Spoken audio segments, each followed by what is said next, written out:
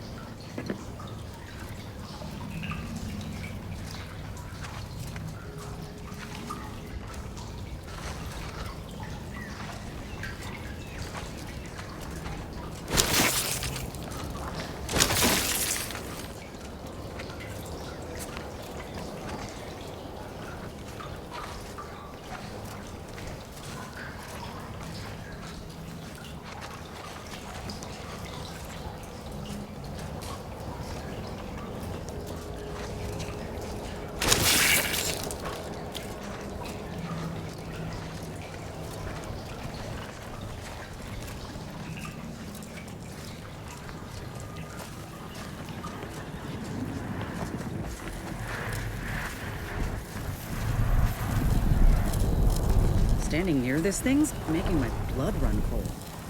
More than usual, I mean.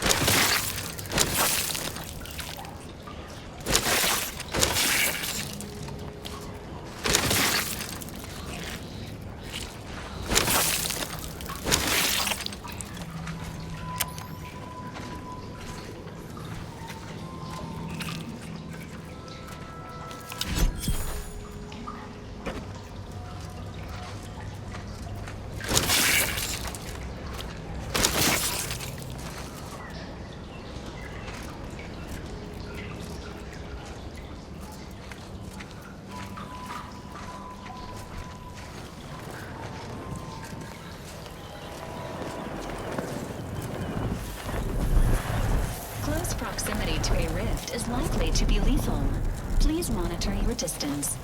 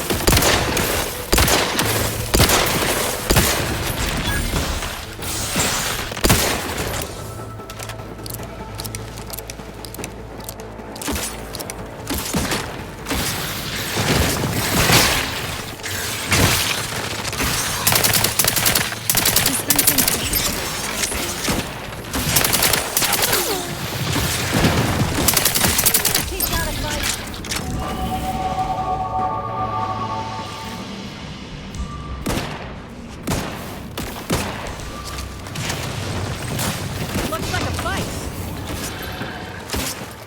Liquidate him. Hey, get me go-getting again. Impossible in this unit's current state.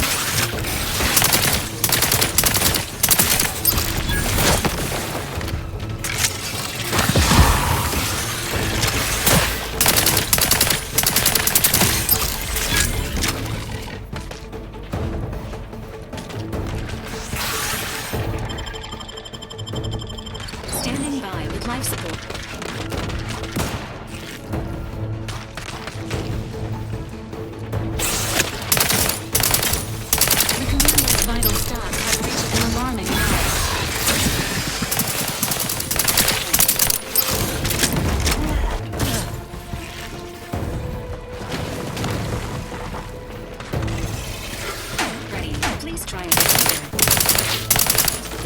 Hate to ask for help, but help? Please seek treatment for...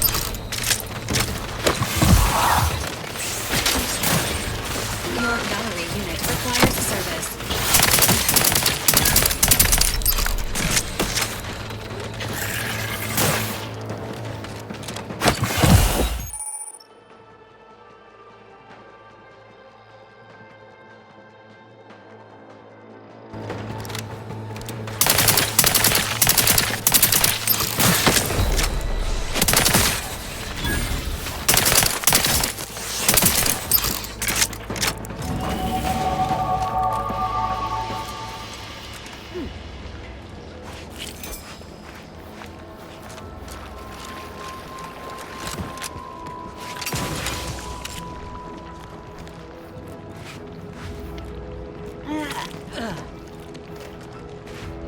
Negative.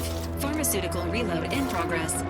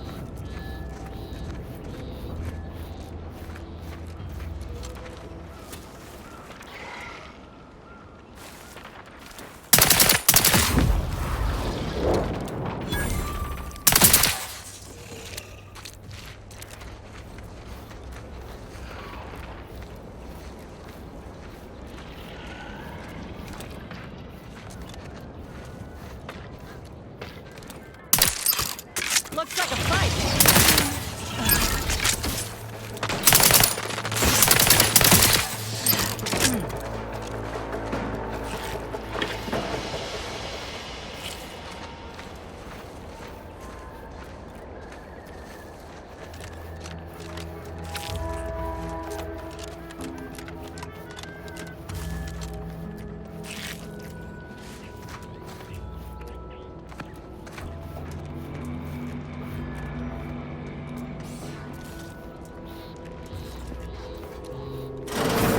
One of my favorites, though admittedly I'm far from discerning.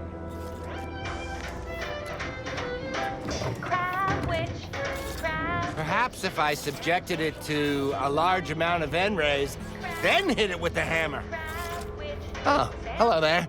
Welcome to my little slice of paradise in paradise. I didn't hear you come in. I'm focused something fierce on my current project, you see. Feeder into instant lunch. It's quite the branding feast. So grab a crab because it can be a feast. Best of all, this tasty flesh is deep, sick to eat. Crabble can be more than just a solvent-based stew. Now it's good for me and you. Crab witch, crab witch. A sandwich made with crab makes a mighty fine treat. Crab witch, sandwich you want to eat. It is? Fascinating. Did you see any unusual behavior? Any changes in Crabble familial dynamics? Or the emergence of any new evolutionary traits?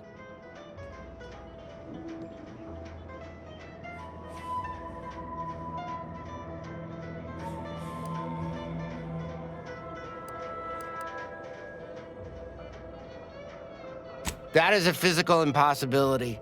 They lack the opposable thumbs necessary to sign paperwork.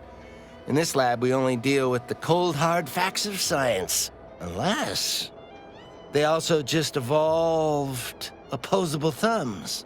Evolution and familial changes in one go. This is so exciting. Once I finish this experiment, I'll head out to see for myself. Oh, and please take this with you. Just a small thank you for providing me with such exciting and useful information. Please be gentle with my little hard-shelled investments as you leave. If you didn't know, a dead Crabble can't lay eggs.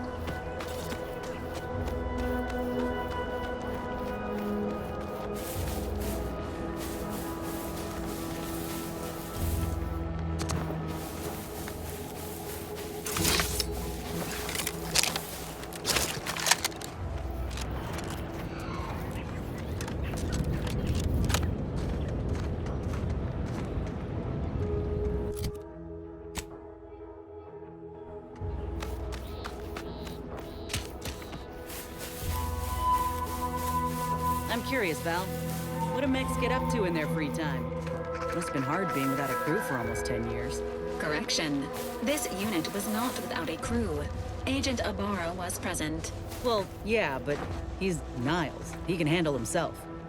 Surely you did something else aside from playing nanny all that time. Over the years, this unit also performed the roles of cook, cleaner, physician, pilot, and occasional pest remover. Oh? You got pests on the incognito? Not anymore.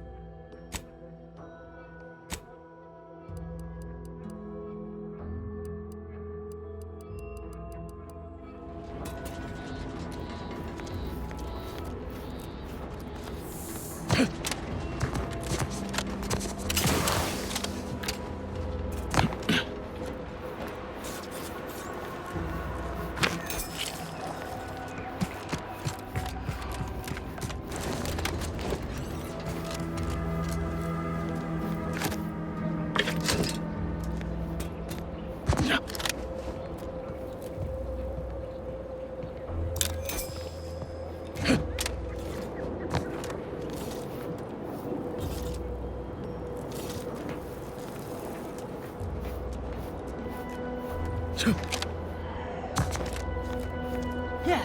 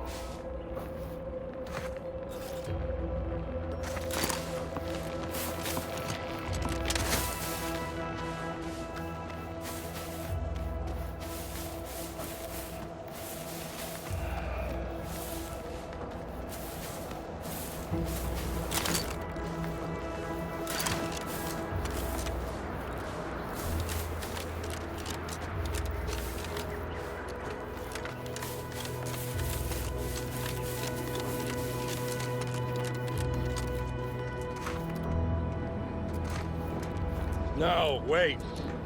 I don't need refreshment. I'm so refreshed. Yep, that's me. Refreshed like a really refreshed guy. Hello. How are you, El? Are you doing tonight? I'm spectacular according to Regulation 1, 2, 1, 2. Potato.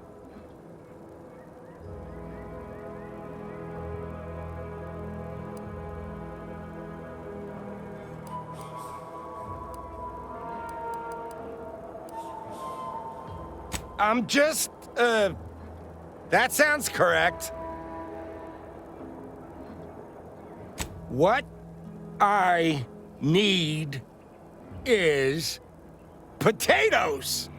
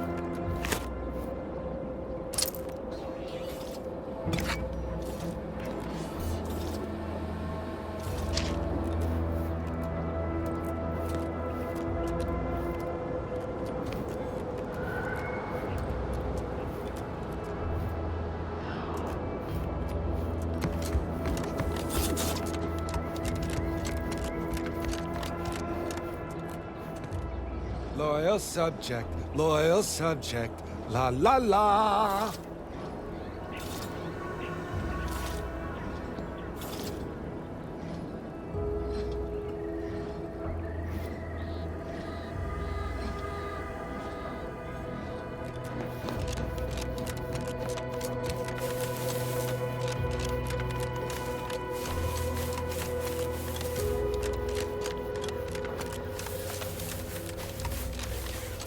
Val, been thinking I ought to continue my training in...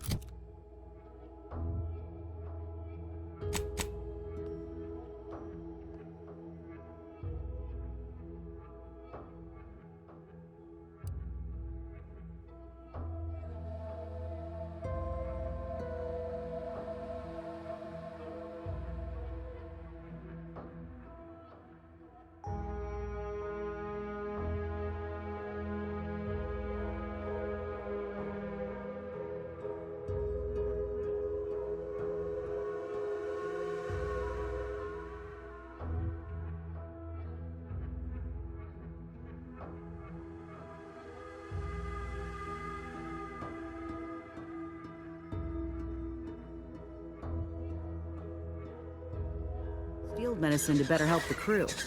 You got a suggestion for where I could improve? This unit has identified several areas in which Trooper Sealong's training could benefit from improvement.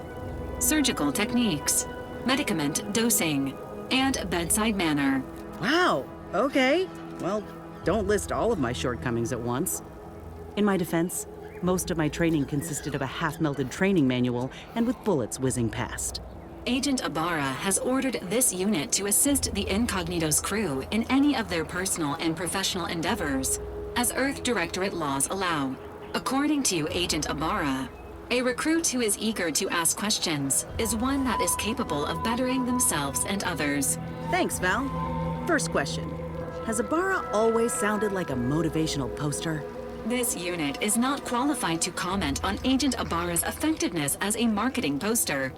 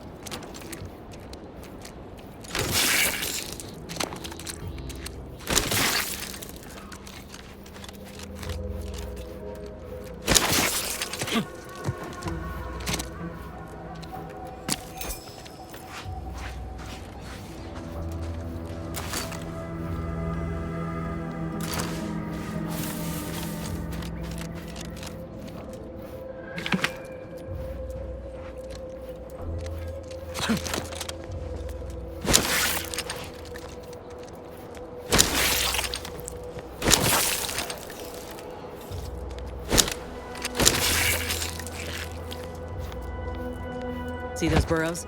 The skeleton's nearby. And if it's as nearby as I think, it don't bode well for those scientists.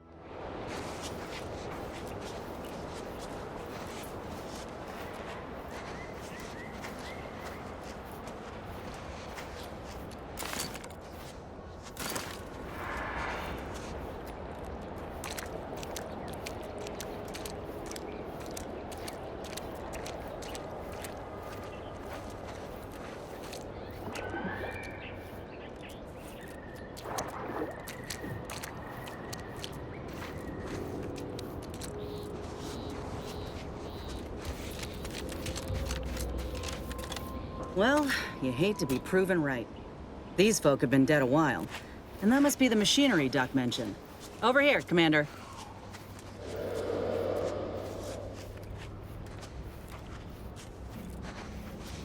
Huh. Seems this terminal reroutes power to speakers around the cave. They were using sound to lure the Krabbles out.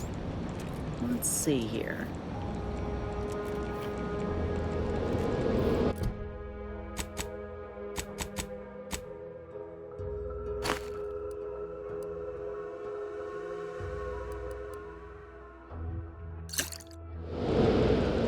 Generator's back on. Power up that phonotron, would you? Should cause enough ruckus to make the skeleton come out and play.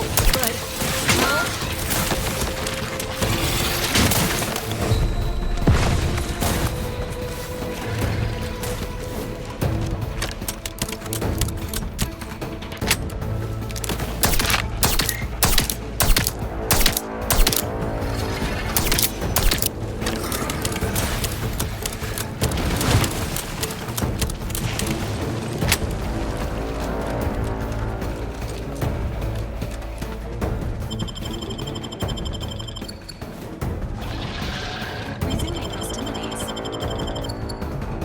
Back in business. Not ready. Please try again later.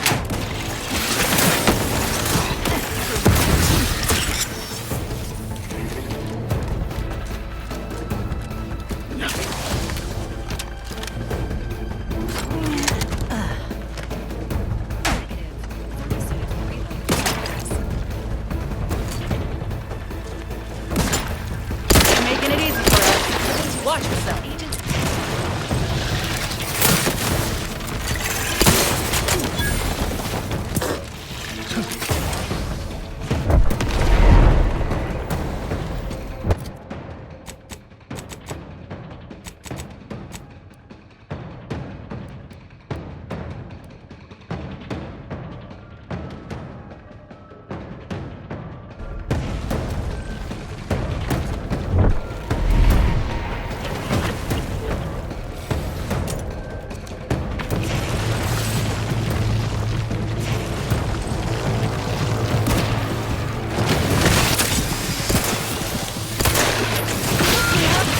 I do it for you.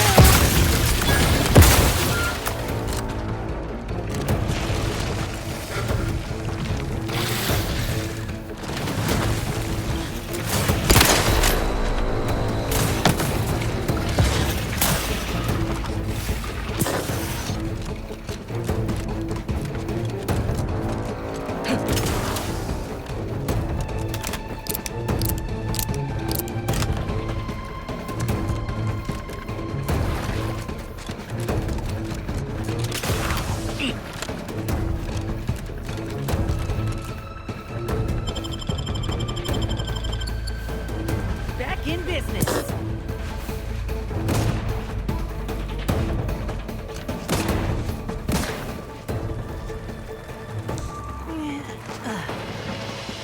It's a brawl.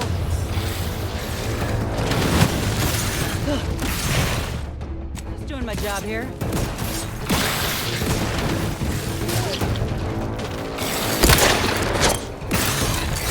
Closing and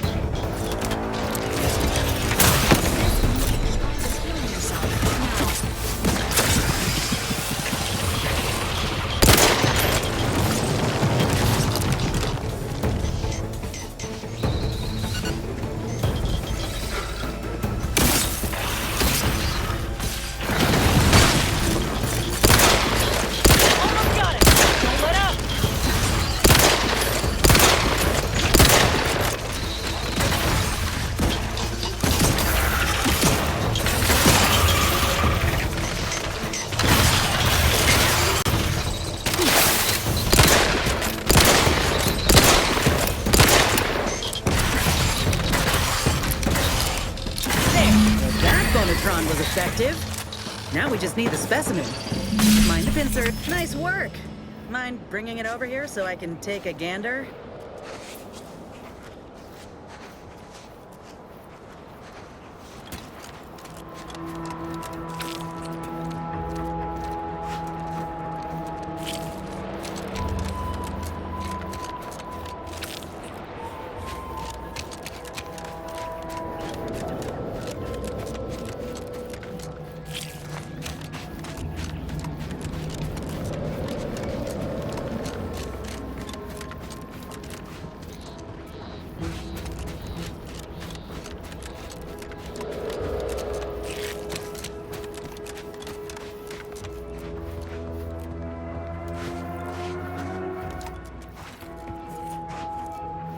Muscular reticulation still intact. Cartilaginous integrity mostly sound. A good clean cut. And the pincer's still sharp. Yeah, this'll do just fine. Shame about all the scientists, though. I was hoping this wouldn't be too steep a price.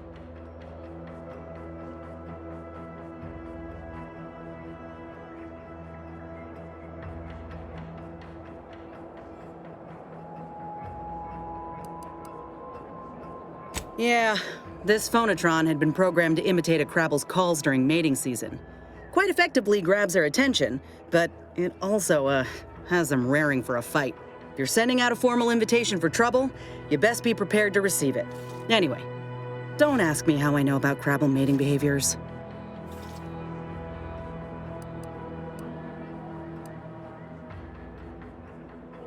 That ain't at all what I was getting at. But now I know not to inquire if you ever go off somewhere on your lonesome. If you still got some hunting you, that Raptidon matriarch's on the loose. Her den's not far from the Vox Relay up north. Elsewise, we head back to Fairfield and speak to Doc Tinsley.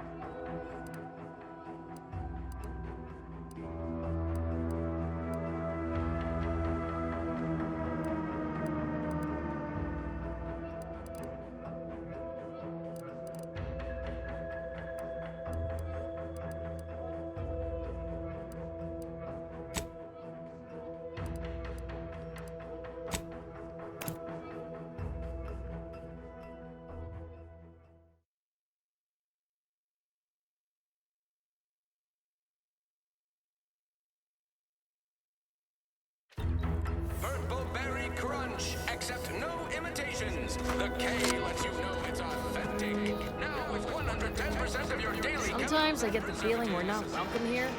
Like the Protector folks resent us liberating them. Nah, they know this invasion ain't personal. It's just business. Besides, we're expanding their horizons. They've never had so many flavor options for vodka. Every time I think I'm having a bad day, I just tell myself, wait till tomorrow.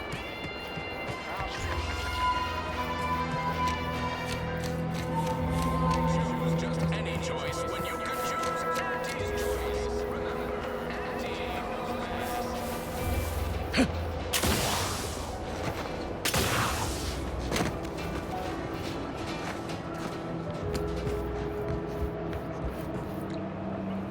Back again? I hope the hunting has gone well. certainly, if you've procured the right materials. I've been fine-tuning the procedure in the meantime. I do believe it'll be as smooth as Crabble butter.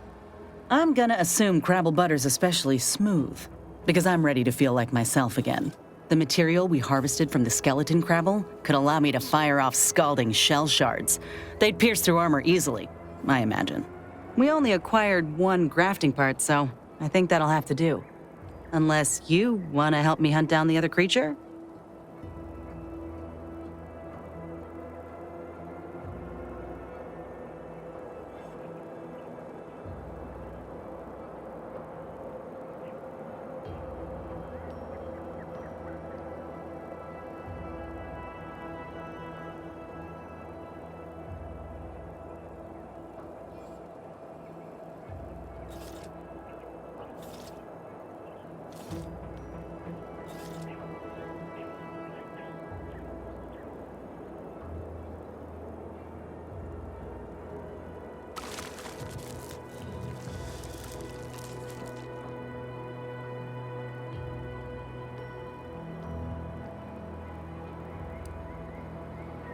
Wise. It's always better to have options. I'll be here when you're ready.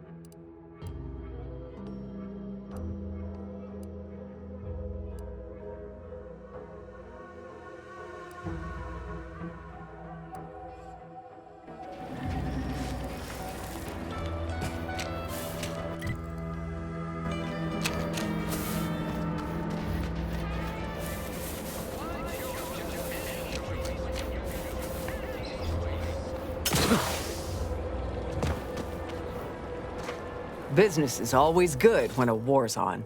What do you need this time? As a friendly reminder, all sales are final, especially ammunition.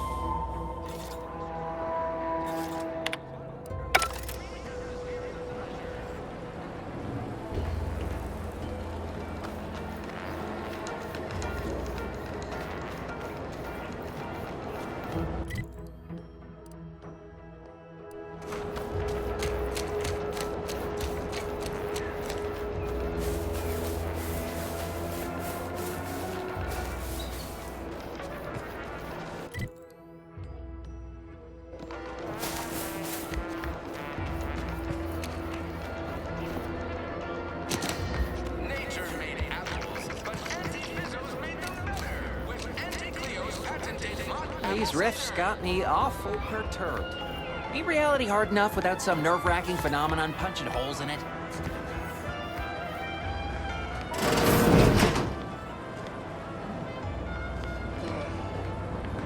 I must ask you to hold still.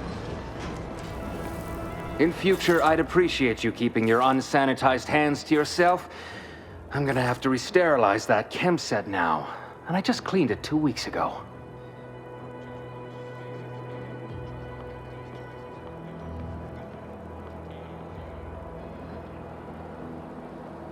No, that doesn't look right at all. Please do not try to administer whatever that is to anyone. My morgue is already near capacity. You know, Doc, actually feeling a lot better. What's that burning smell? Oh, good. I think the saw's all warmed up.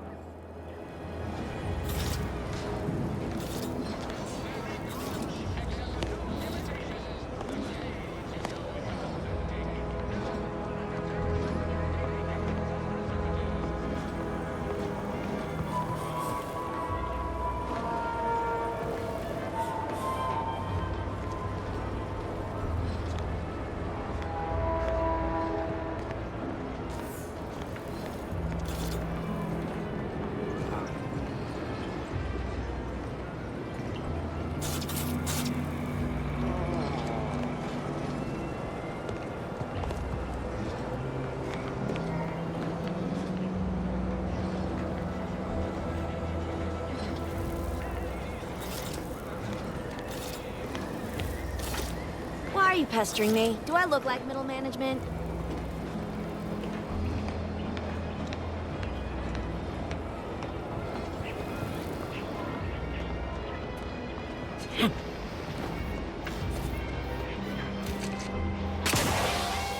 Whoever fixes this rift problem is definitely getting a hull-side suite with an Elysium view in head office tower. Just wish they'd solve it already. These rifts are giving me the calling. I have to hear about Treasure one more time.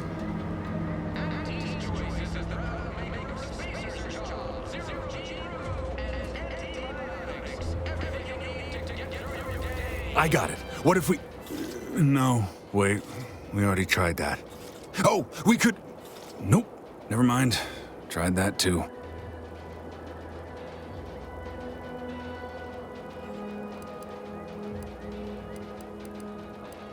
Oh, sure. We just thought we'd close it behind us. Didn't want to let in a draft. Ignore her. She's just out of sorts. I don't think I need to tell you why.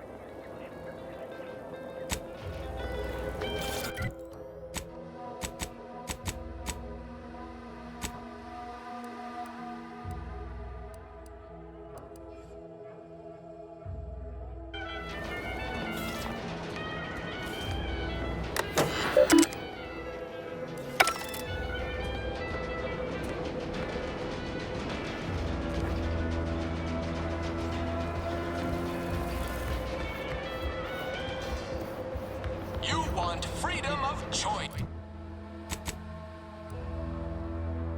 You want Andy's choice. Our target audience here is people who want to forget their You're back. Great. Build repeat customers is number 6 on our 19-point business plan. Reckon so. Here's what we've got.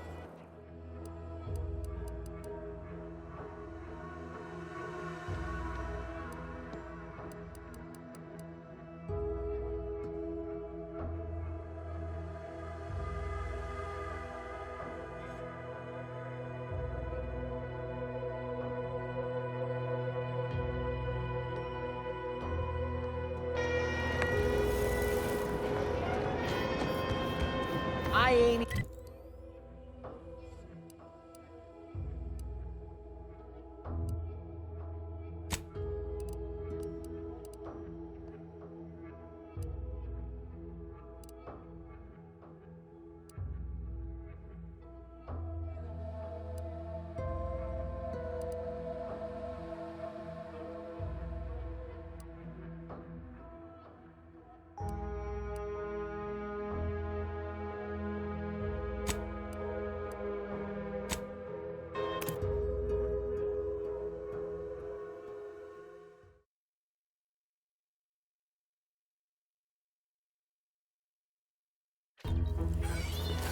What do you mean you're leaving? Shift's over. I have a life outside this place, you know. A life? Outside our lab? No. No. Audacious advances requires commitment. Absolutely.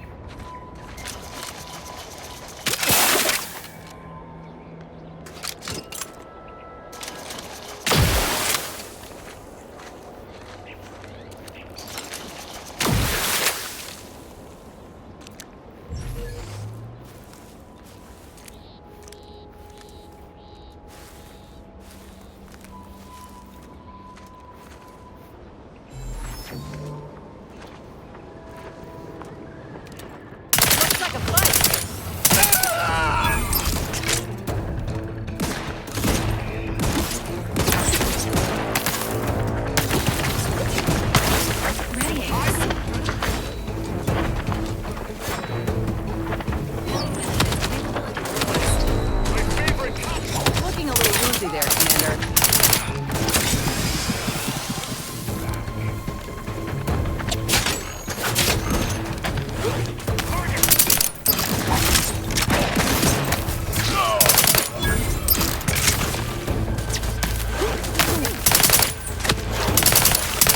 Commander, you're bleeding!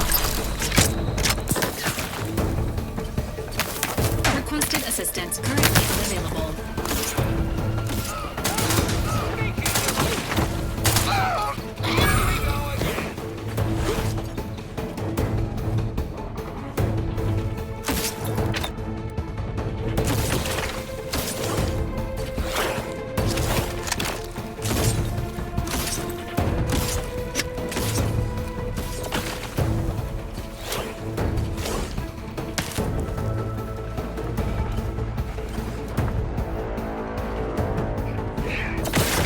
Emergency protocol syringes primed.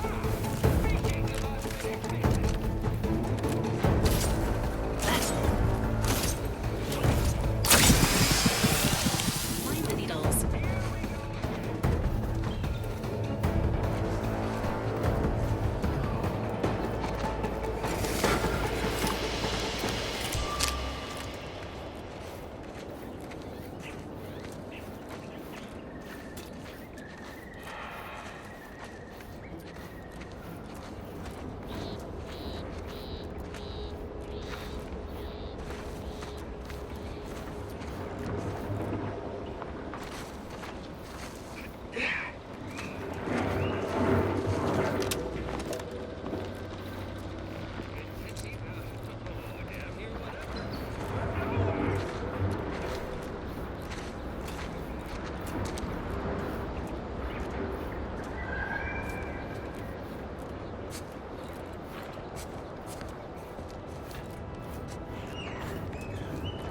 Why is there red everywhere?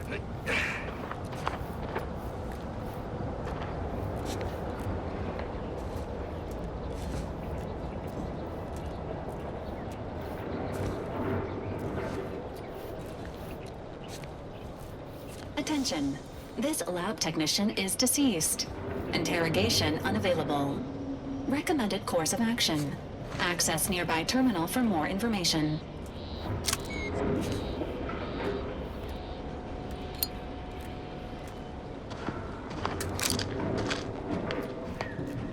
My annoyance is palpable. My frustration knows no limit.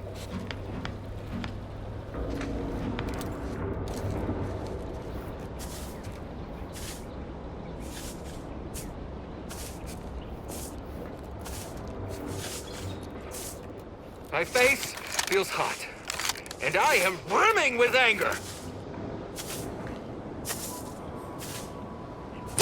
Time to earn my commission.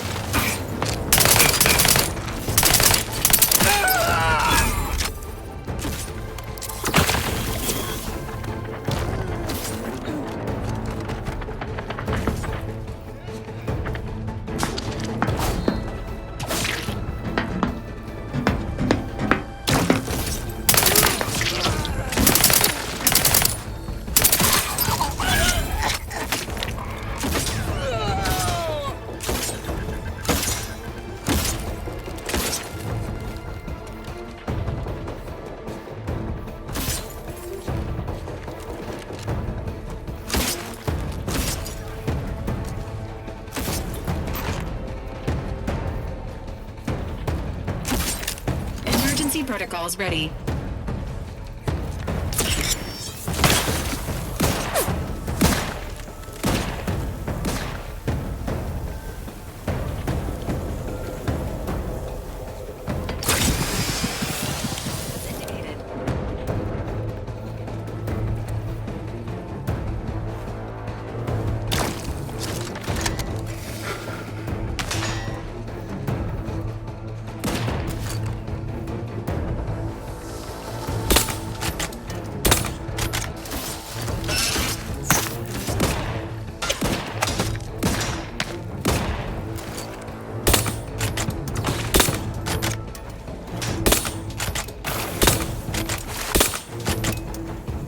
Not ready. Let's try again later.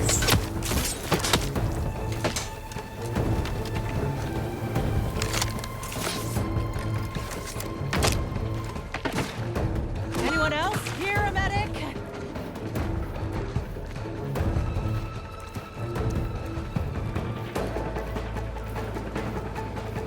Ready to assist with agent's health needs.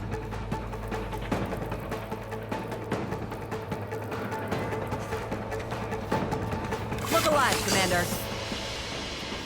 Let me handle this.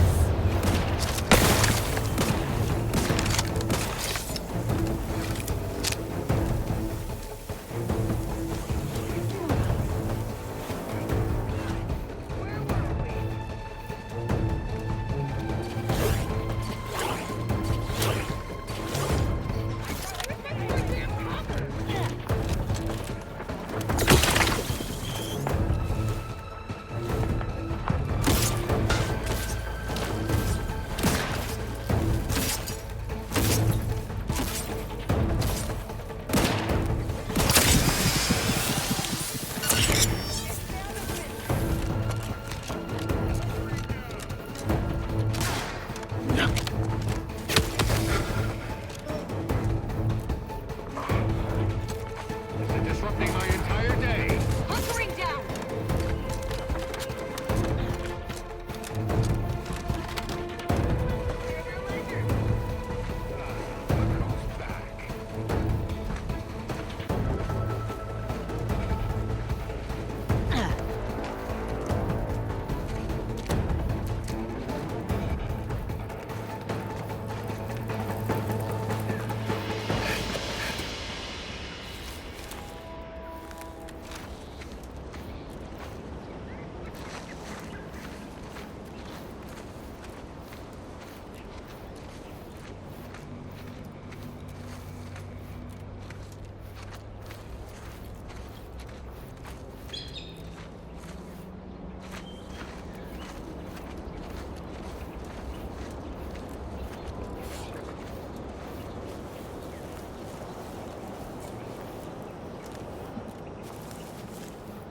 Prying into our research. Ugh.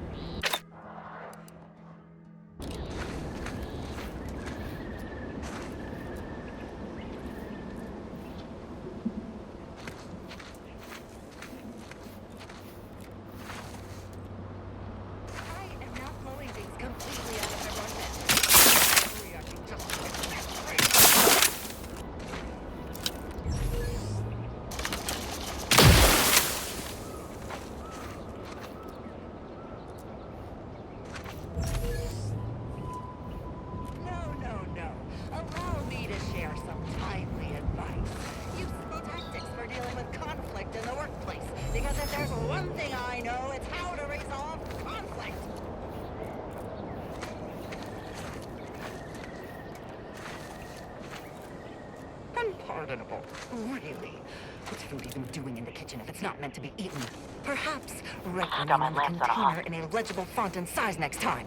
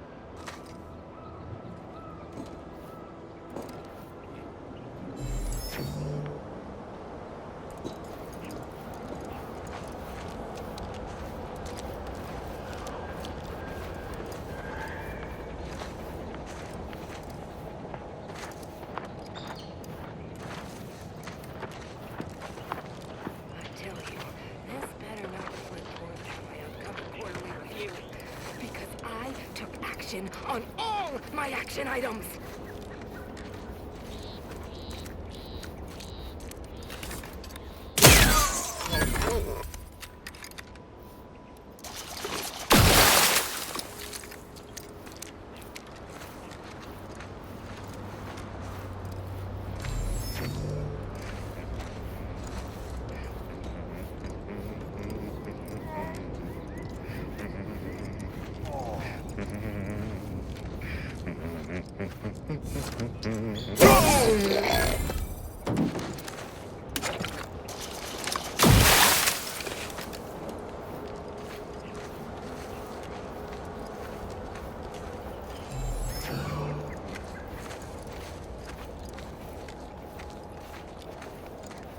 Yeah.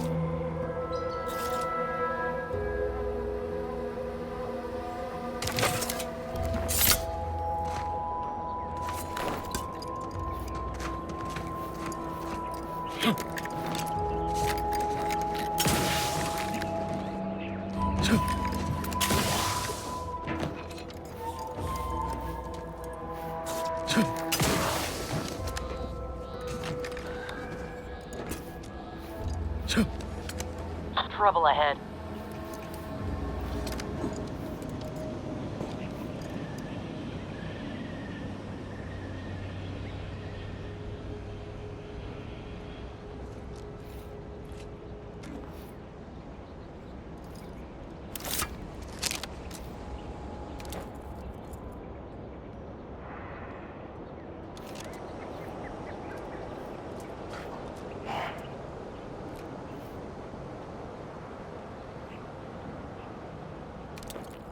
Armed and ready.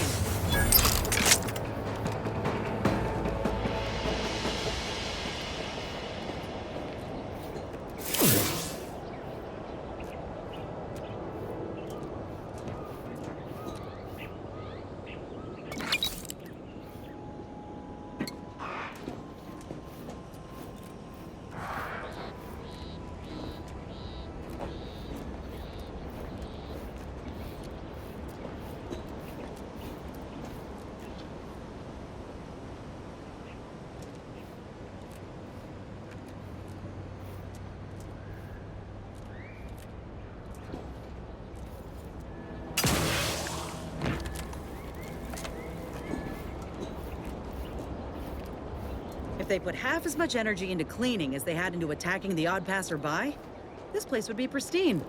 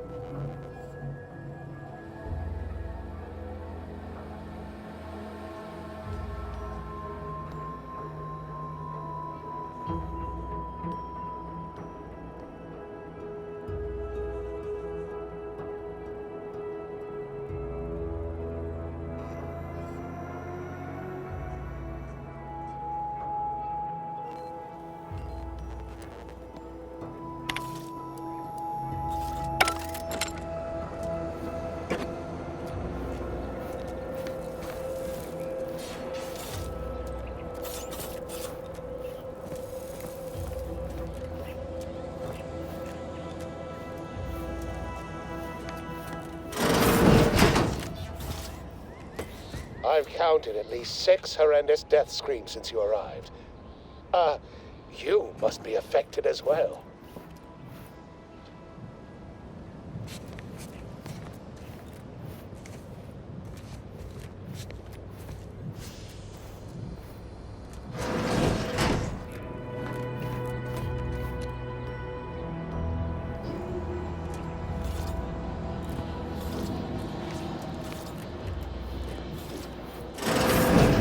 You there? Oh, you're likely affected too, aren't you? Scream twice for yes.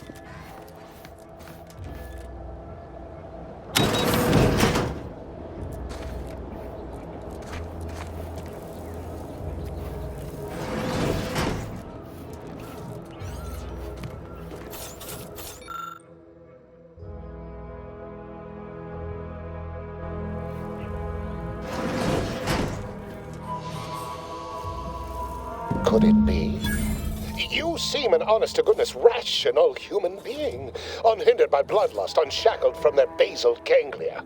Well then, by the Loeffler Risk Intercession Act, under Outbreak Provision 5A, I hereby press you into service to aid me in our present crisis. I, Elman Ormsby, Product Envisioner, Department of Proprietary Methodology and Audacious Advances, am your interim supervisor.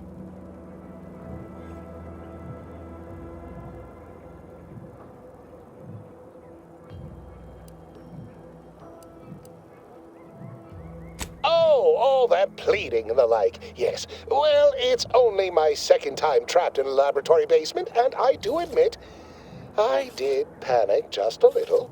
But back to the exciting news about this incredible new opportunity. You working for me, as an aide-de-camp of sorts, on a brief yet no doubt exhilarating assignment.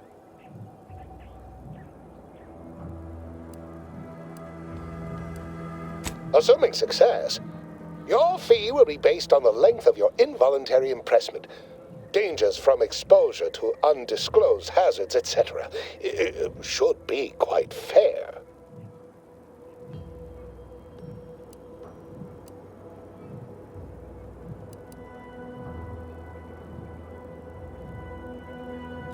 Don't focus so much on monetary compensation. Think of the goodwill you'll earn with Auntie's Choice. We have vision and we are going places, this project especially. You see, our lab is a far cry from the others. You're part of something bigger here. The individual not only thrives, but shines even more brightly with the help of their brethren. It all requires a certain devotion. In the end, it's really quite in the best interests of everyone's careers. A rising tide raises all boats, as they say.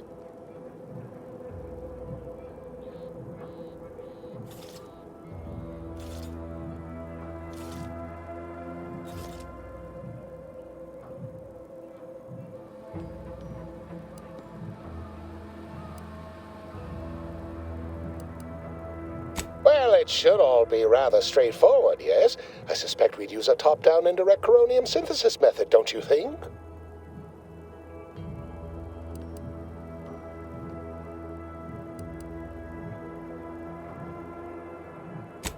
Oh dear. It's occurred to me this might benefit to some extent from medical training. Are you perhaps someone well-versed with pharmacological matters?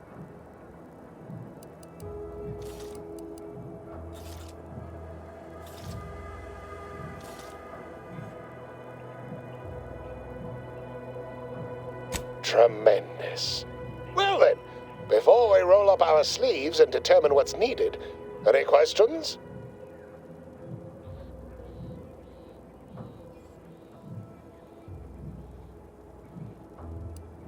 Whole thing was ghastly. One of my assistants and I heard a loud noise. He left to investigate while I continued working on our experiment. When he failed to return, I peeked outside and saw the others run in, bloody, gibbering, hunting for targets. They'd clearly been exposed to some virulent new form of experimental agent. I ran back and locked myself in this test chamber to avoid contamination. Well then, anything else before we proceed?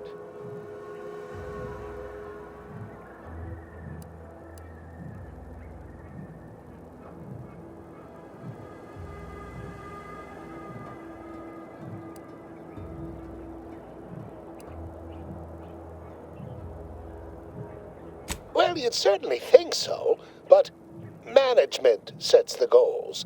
Our humble research team works to deliver. But as much as I'd love to natter on, we probably ought to get matters underway. We'll need two things: fresh samples of the red spores and the findings from the expedition that originally uncovered them.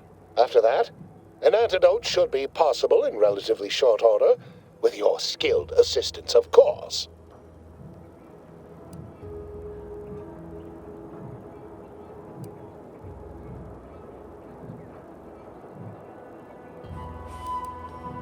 Spore samples may be taken from a red plant indigenous to an area of tall rock formations northwest of here, ingeniously referred to as the Red Spire.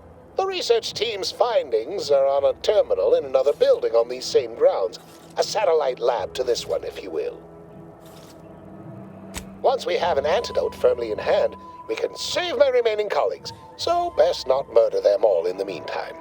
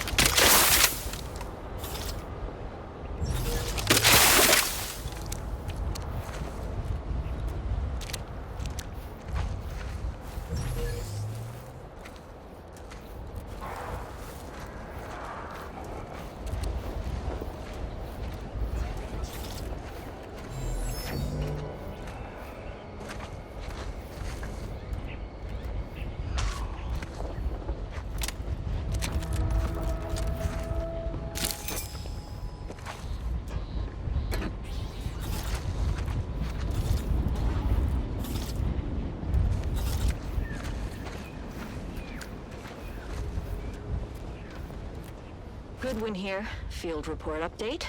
We are approaching the Raptidon Den.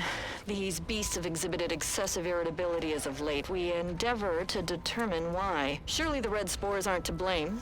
Windborne spores lack the catalytic agent of our food additives. Only way to be certain is to gather a stool sample. Simple enough. A routine task for the Audacious Advances field team. Quiet now as we approach the rap's nest. Certainly the spirited variety will offer... Oh, no! Oh, okay. We need to run now!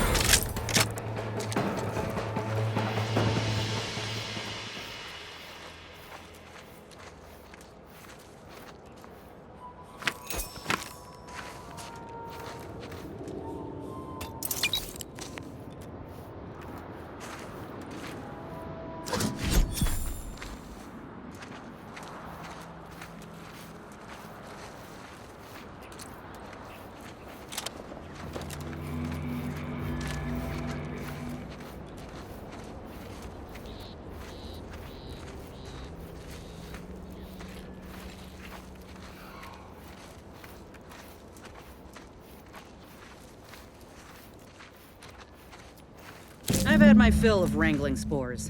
This should be enough for the antidote.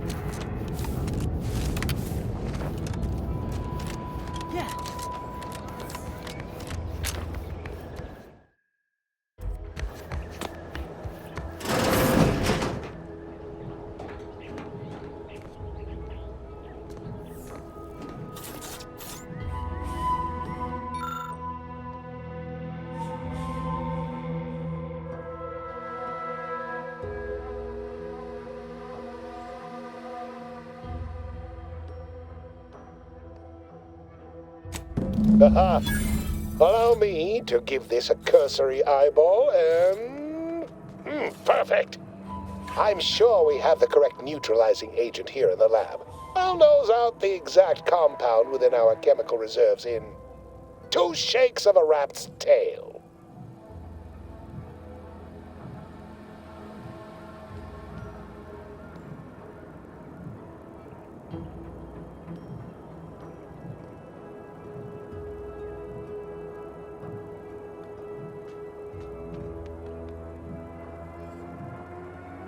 Always fortuitous to have ready access to a key chemical agent nearby. This might work out yet. Auntie may ignore our recent setbacks if I deliver an easy-to-market product. Just imagine the ad slogans. Air, now with extra fractiousness. Though, I suppose it only works on other Auntie's Choice employees, not our preservative-free rivals. Oh, but let's not get ahead of ourselves. Now we must formulate an antidote. If we're able to save my remaining subordinates, they can help us rush this product to market.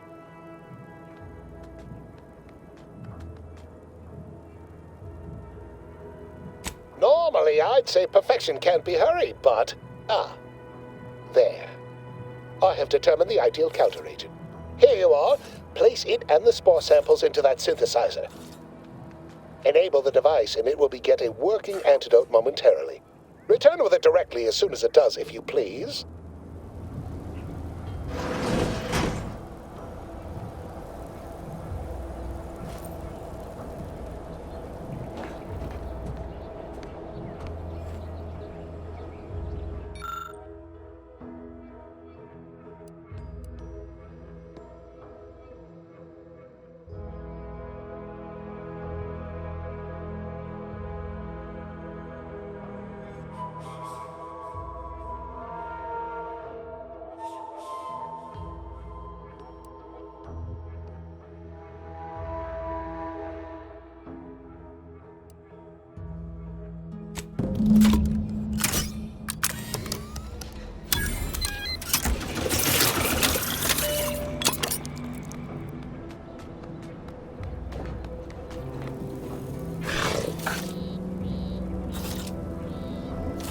I cannot wait to put this entire sordid affair behind us. Though in the end, this should turn out to be quite a lucrative day. I saw you working the chemical synthesizer. I presume you were successful in creating an antidote?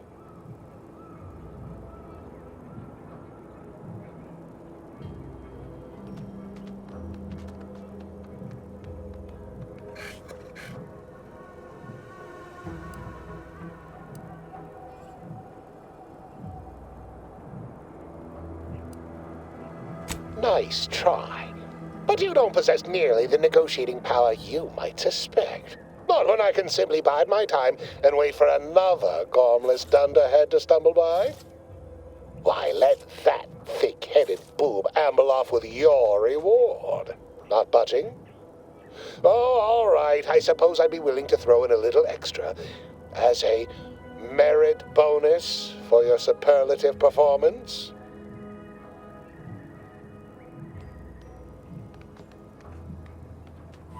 Wonderful, wonderful! Knew you seemed a bankably reliable sort. All right. I am activating the air filtration system. There. Should only take a few moments for the antidote to circulate. Everyone still alive should be right as rain shortly. Marvelous. You'll find your remuneration in the chest behind me. My supervisor will hear of your actions. Oh, and before I forget, I, Ahmed Ormsby, under the power granted me by the Loeffler Risk Intercession Act, hereby free you from impressed service to Auntie's Choice. Be seeing you.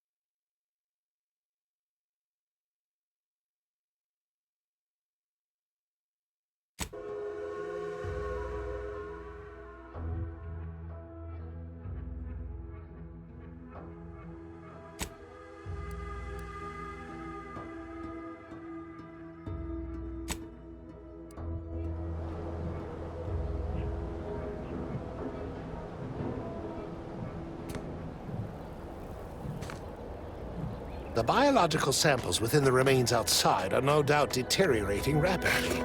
I may have to recreate this experiment somewhere else.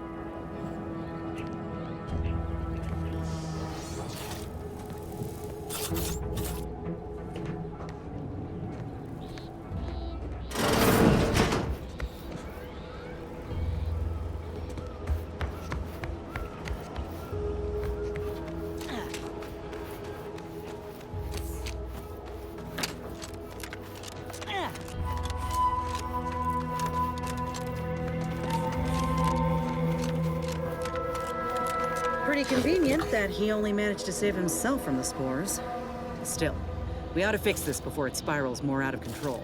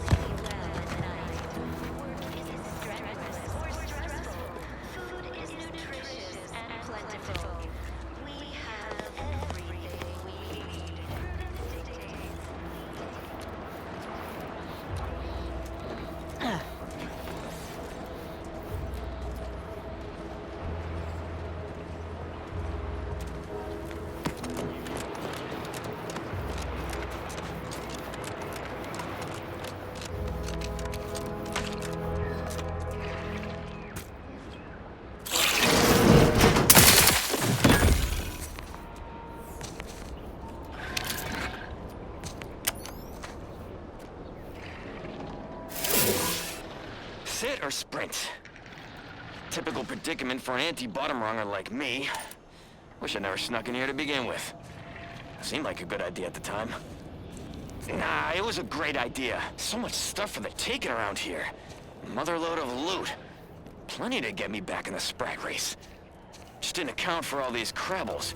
Real fly in the old ointment. I could just sit tight, live lean off all these supplies, hope the crabbles skedaddle. Or maybe open the door and bolt. Seems like a good idea. Nah, it's a great idea.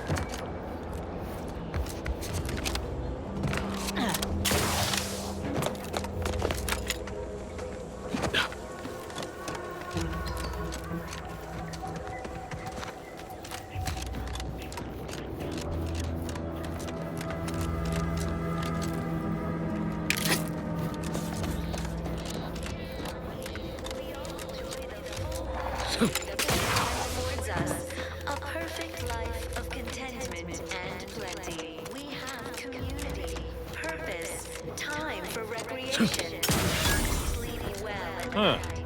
Well, Strenuous, at least it's not shooting the water anymore. nutritious, and plentiful. We have everything we need. Prudence dictates we take a moment to rightly appreciate it all and thank the sovereign. Visitors, huh? Just meandering about, free of any appointed minder? Not so sure I ought to be speaking with you. If you need someone to talk to hereabouts, I suggest you seek out Vigilant Hogarth. That tall, stately building back yonder is his domicile. Do hate to come off impolite. If you're so inclined, we can pick this up later, after you two confabulate. Word to the wise, despite what you might hear, we still consider ourselves part of the Protectorate. Anyone spots an outsider engaging in misdeeds might just open fire. Working with and through the sovereign, devised the paradigm, a meticulously designed marvel where I had a nightmare that the matriarch didn't gift us the paradigm, and we were left to scramble for purpose and profit like Auntie's workers. dictates we remain productive. Auntie's choice is an invasive species, Prudence says. Meddlesome raptidons, or the base individualists within Auntie's choice. Though don't fret, the system is resilient. The system abides. Now, more than ever, we must all do our part to maintain it. Well, it's infected. Redstone arrives soon, we'll have to start cutting. You walked in here under your own steam and appear reasonably free of cuts, burns, or weeping lesions. So, I assume you're presently devoid of mortiferous injuries. Good. Because we've got more of that than we can handle. You haven't heard? When Antes invaded, they broke the seawall. Flooded nearly half the town below, where most of the domiciles were. A number of our subjects drowned. Others got concussed, or even crushed. A few were electrocuted or exposed to caustics. Took a while for our water purifier to catch up, so some drank tainted water, which is not good for you at all. I'm glad it's working again. All right, well, don't let me keep you. Of course, it's part of the Sovereign's plan. He floods our houses, which makes more habitat for fish, which offers us more to eat, which gives us the strength to build new houses. But then, how do I Stranger? cook the fish? My body is covered in burns acquired in battle during the attack. The only relief I have is when I can jump in the water and float over my former house. And the sovereign embodies and executes on it. Throughout history, human societies were constantly out of balance. Individualism ran rampant. Depletion of resources and lack of community led to terrible suffering. Poor tears. Word on the wireless is that Auntie's choice is years behind us sociologically. So they've started the war to grab any part of the paradigm that they can. And plenty. We have community. Time for recreation.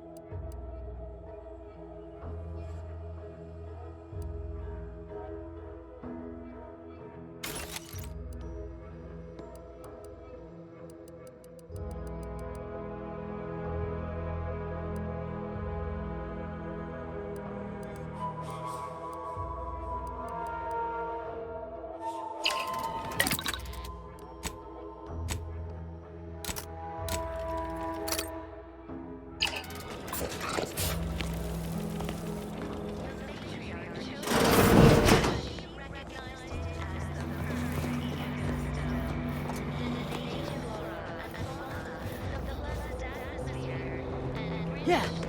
Resources represent a fascinating, Greetings. complex ecological network. To to govern it, the matriarch. It is my esteemed pleasure to welcome you to Westport, once a shining testament to Protectorate excellence, now a picturesque example of the evils of corporatism. But where are my manners?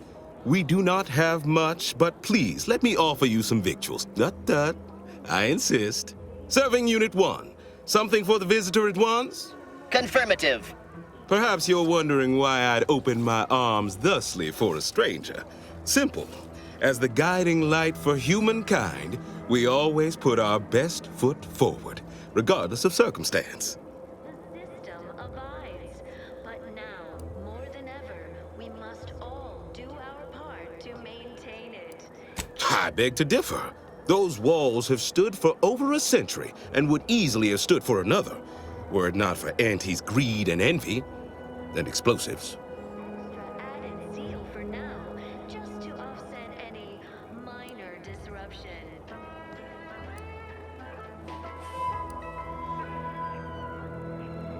Feeling distracted?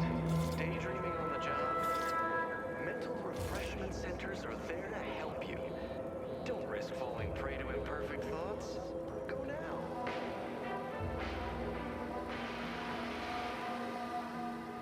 Under Protectorate law, we are bound to inform you that you have entered a recreant locality. Record states as follows. All inhabitants are declared treasonous due to insufficient zeal in defense against seizure, sabotage, and/or manipulative indoctrinatory falsity.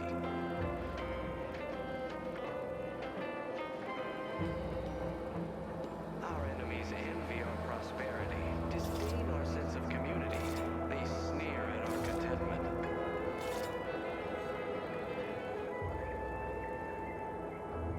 Everyone knows the paradigm epitomizes the pinnacle of social order. Why?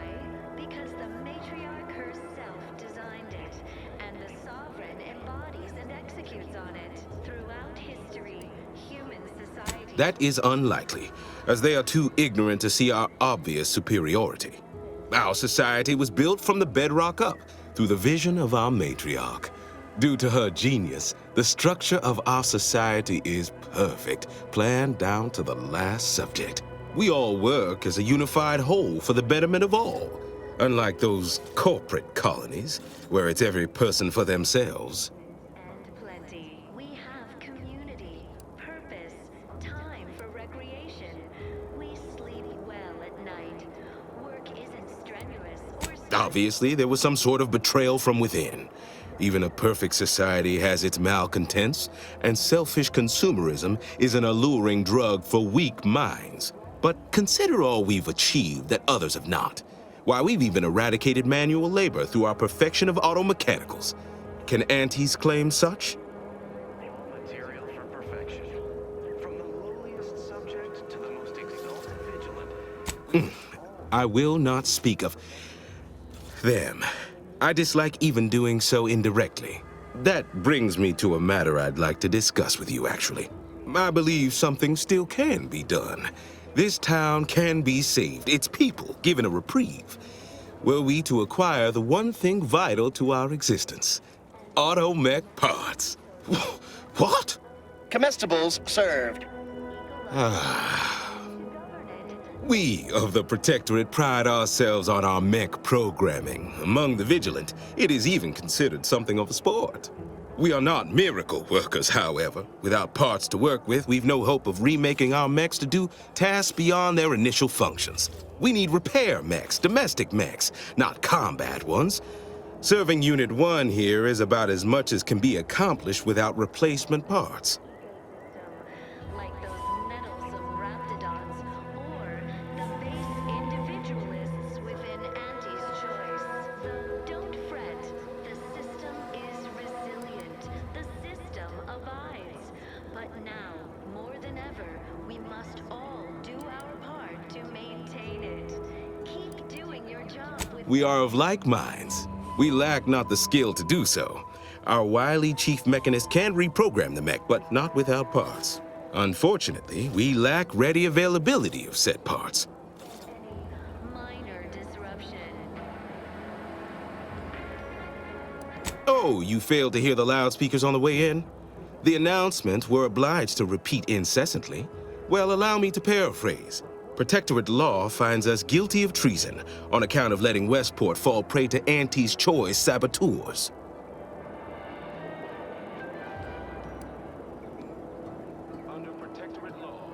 Well, obviously, we've forsaken our duties as members of the Protectorate. It is incumbent upon us to fight to the death, yet we still live, as does our enemy. Now, either the Arbiters arrive to execute us, or this place falls under the vapid boot heel of Auntie's Choice. No matter who wins, we cannot sustain ourselves here for long. Envy our prosperity, disdain our sense of community. They sneer at our contentment. These fine and decent folk don't deserve having their lives thrown away on account of my failures. If I can return the settlement to a reasonable facsimile of its previous glory, sufficiently functioning by employing mechs reprogrammed to repair and rebuild, the Arbiters might see fit to penalize only me, commute the others' sentences, allow them to maintain things around here in the spirit of continuity and such.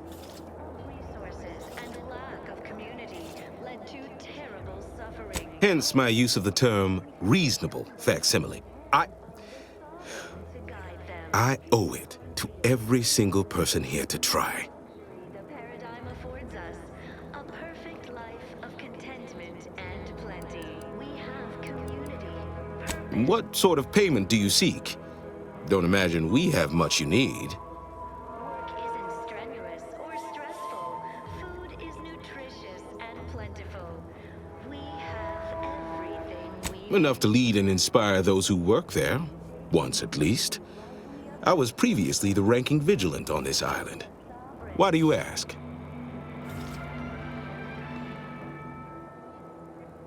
You are the raw material for perfection. From the lowliest subject to the most exalted vigilant, we must all fulfill our duty to the Protectorate. We're all in this together.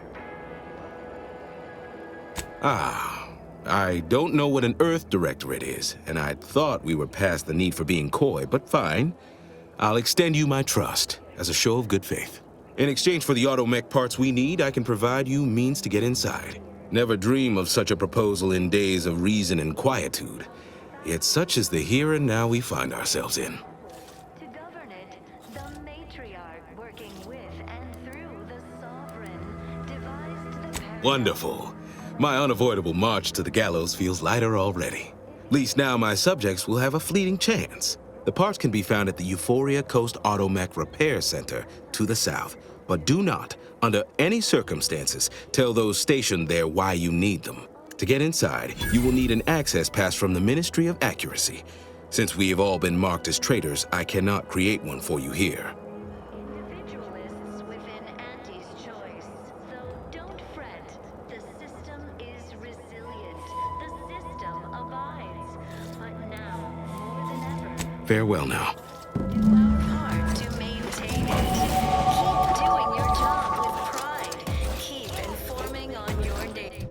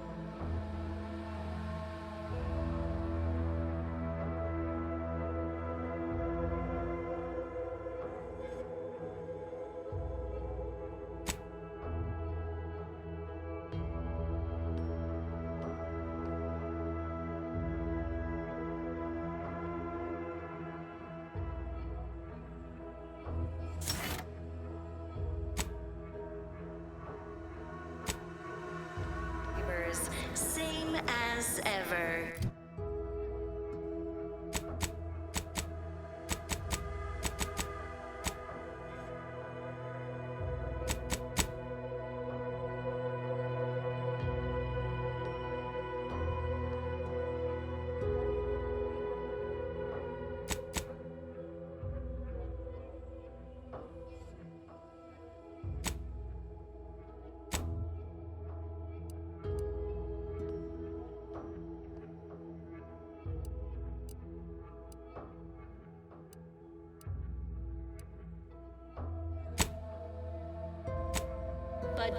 Prudence dictates we give it a little extra added zeal for now, just to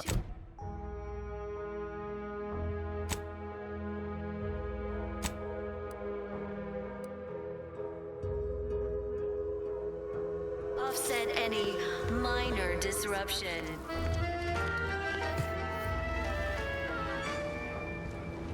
Feeling distracted? Daydreaming on the job? Mental refreshment centers?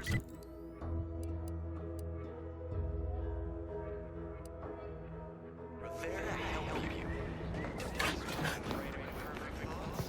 Go now.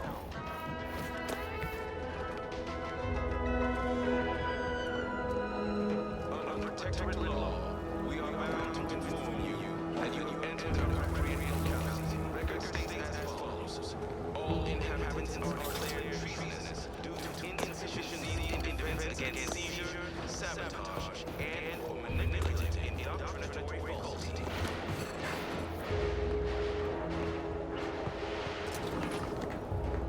Our enemies envy our prosperity, disdain our sense of community. They sneer at our contentment.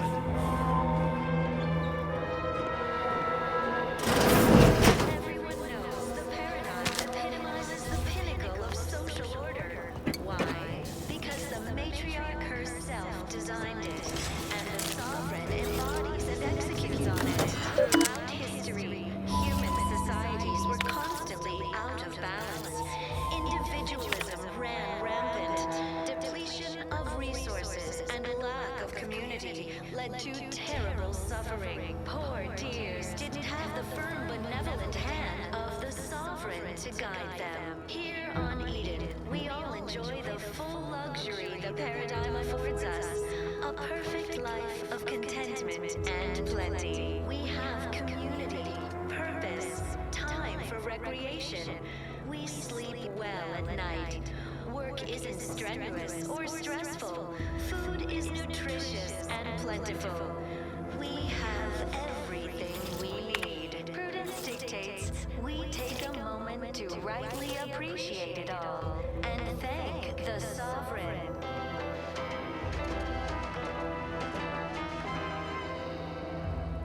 You are the raw material for perfection. From the lowliest subject to the most exalted vigilant, we must all fulfill our duty to the Protectorate. We're all in this together.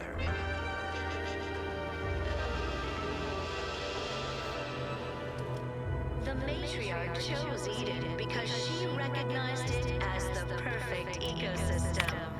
The native flora and fauna, the pleasant atmosphere, and rich natural resources represent a fascinatingly complex ecological network. To govern it, the matriarch, working with and through the sovereign, devised the paradigm, a meticulously designed marvel where, if each of us does our part, produces glorious bounty for all. Naturally, sometimes challenges do arise. We all know how invasive species can unbalance even the most robust ecosystem, like those meddlesome raptidons, or the base individualists within Auntie's choice. Though don't fret, the system is resilient. The system abides. But now, more than ever, we must all do our part to maintain it. Keep doing your job with pride. Keep informing on your neighbors.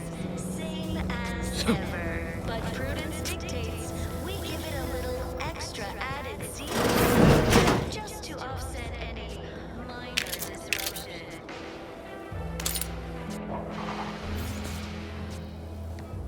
Grey gone astray? Book a stay today.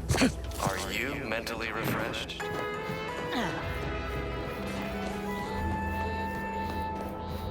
Under protectorate law, we are bound to inform you that you have entered a recreant locality. Record states as follows. All inhabitants are declared treasonous due to insufficiency in defense against seizure, sabotage, and or manipulative indoctrinatory falsity.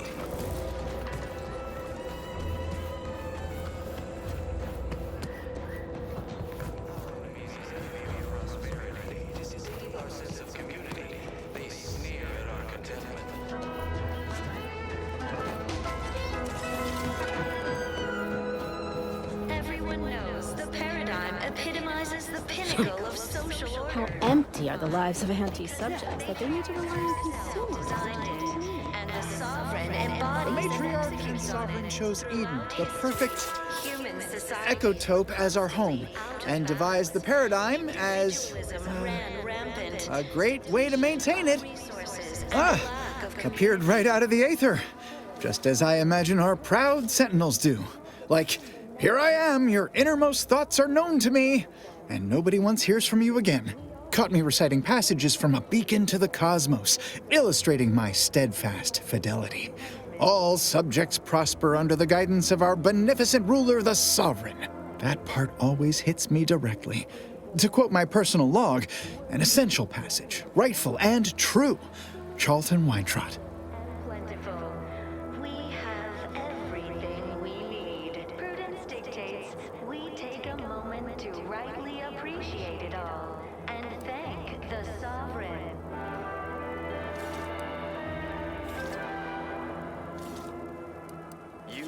Why, that's wonderful. I'm actually quite relieved a fellow customer like yourself somehow saw through my carefully maintained act. Others in Westport fail to perceive my true nature. I am hardly one of the herd around here. A reference you'll no doubt recognize from those keen Auntie's Choice commercials. Because she recognized it as the perfect ecosystem. The native flora and fauna, the pleasant atmosphere, and rich natural resources represent a fascinatingly complex ecological network. To govern it, the matriarch working with and through. I am not familiar, though that does sound like one of their products. I refer to the ones for Purpleberry Crunch brand cereal. You likely guessed their influence right off, what with my assertive attitude and all. I laugh at danger. I hand make my own luck. That character is a revelation. You and I are just like him. Get up and go-getters. Say, did Auntie's Choice send you here? Don't fret, I am exceedingly skilled at keeping secrets.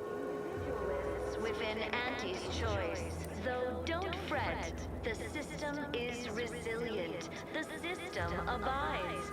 But now, more than ever, If I understand the subtext, that means yes. Dearie me, you are the first secret agent I have ever met. At least in waking life. Now, do tell, what is the latest word from the field? we give it a little extra added zeal for now, just to offset any minor disruption.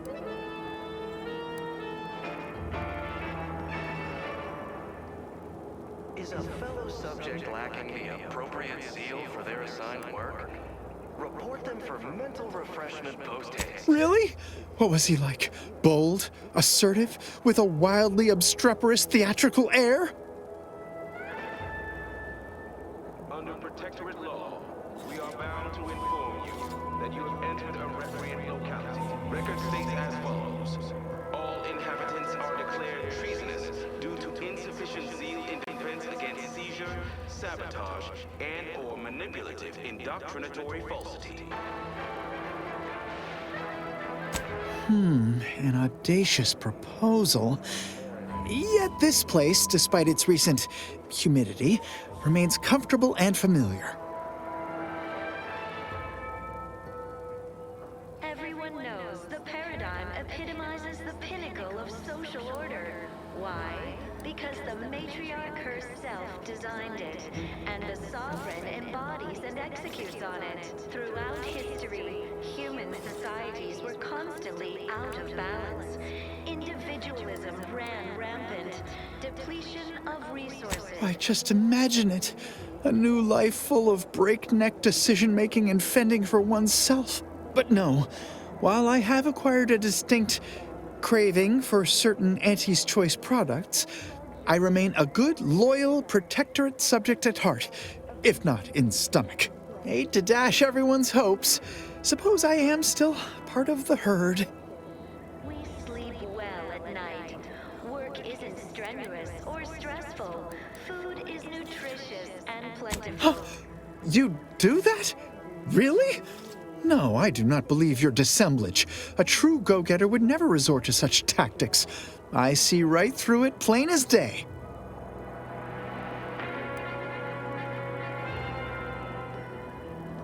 You are the raw Of course. Toodaloo! From the lowliest subject to the most exalted vigilant, we must all fulfill our duty to the Protectorate. We're all in this together. Greetings, non-protectorate wretches. With regret, I must inform you that those outside our glorious society may not take freely from our stocks, as our subjects do. However, I may offer you a limited selection of premium items for moderate respective fees. Initiating.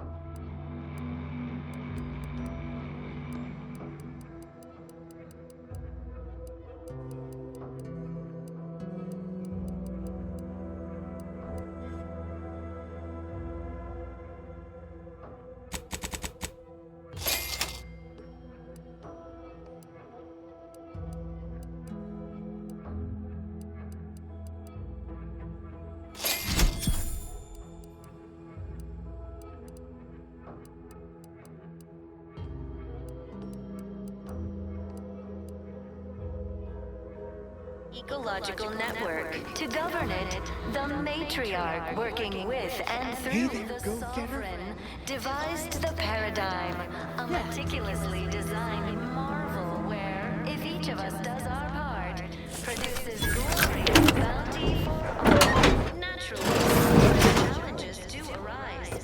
We all know how invasive species can unbalance even the most robust ecosystem, like those nettlesome raptidons, or the base individualists within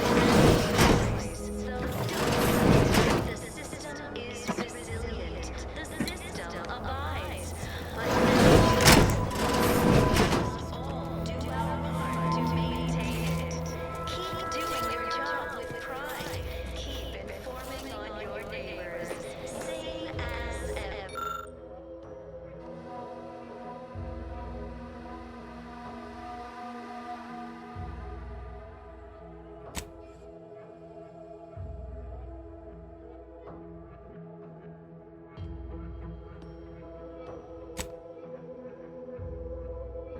But prudence dictates we need to extra added Z for now, just to offset any minor disruption.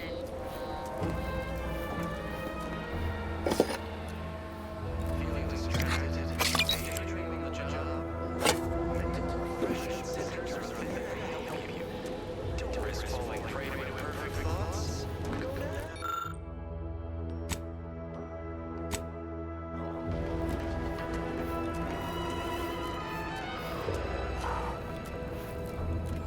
Under Protectorate law, we are bound to inform you that you entered a recreant locality. Record states as follows. All inhabitants are declared treasonous due to insufficient zeal in defense against seizure, sabotage, and/or manipulative. Town water tanks got all sort of needless warning labels on it. Like, avoid placing harmful irritants inside. And to stop me from dropping my father-in-law in there. They sneer at our contentment.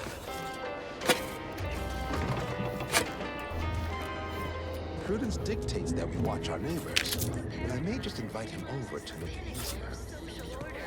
Why? Because the matriarch herself designed it, and the sovereign embodies and executes on it. Throughout history, human societies were constantly... The wireless said that flooding Westport is routine maintenance to remove the dust that had been building up in our door frames. The Sovereign really does think of everything. led to terrible suffering. Poor dears didn't have the firm, benevolent hand of guide them. Here on Eden, we all enjoy the full luxury the paradigm affords us. A perfect life of contentment and plenty. We have community, purpose, time for recreation. At night, work is strenuous or stressful. Food is nutritious and plentiful. We have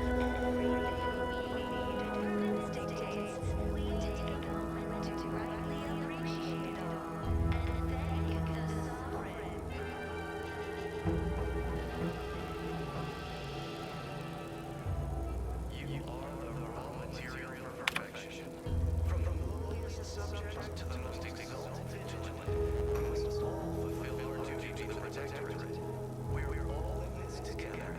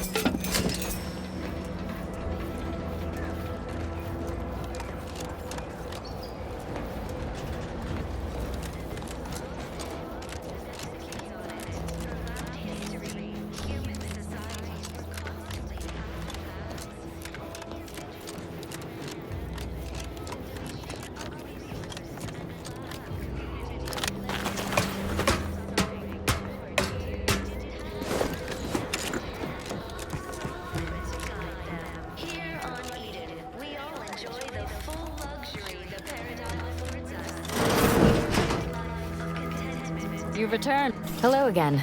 Here to help? Or just being friendly? Hard to say, since I don't know any other way. We have more sense of community than other places, which I couldn't imagine getting by without. Before the invasion, Automex took care of most things. I had plenty of time for my interests. Forays into nature, socializing. Must say I do look forward to mealtime around here. Arcadian tenderloin in particular remains a favorite. Hard to find a bad meal in the Protectorate, though.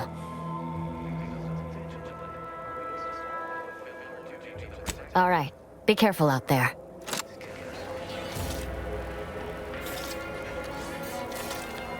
Of course, it's part of the Sovereign's plan. He floods our houses, which makes more habitat for fish, which offers us more to eat, which gives us the strength to build new houses. But then, how do I cook the fish?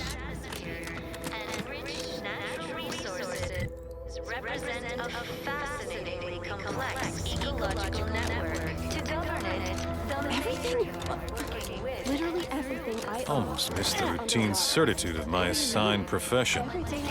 Don't suppose you checked in with Vigilant Hogarth yet, eh? Oh, glad to hear. Probably sprung an important task on you afterwards, I'd wager. I mentioned to the Vigilant how I'd reset my chef mech to prepare meals to my liking. Next thing you know, he puts me in charge of repairing all the mechs in Westport.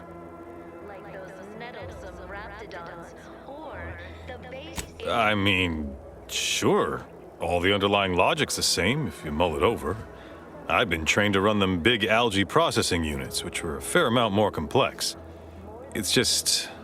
subjects are expected to mind their assigned area and particular forte. So I was a mite taken aback. But I am happy to help the system abide any way I am able.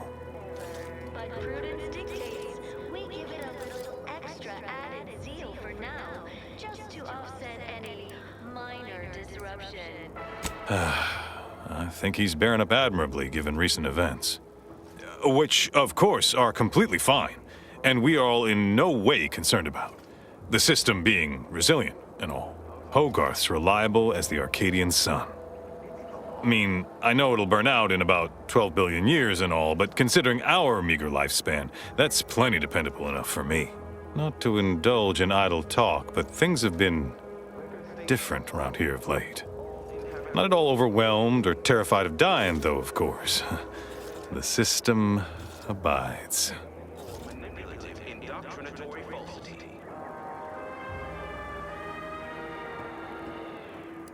Curativist Row is a fine sword. Pillar of our community. Might impatient, sure, but with how busy she is, we'd all do well to respect her time.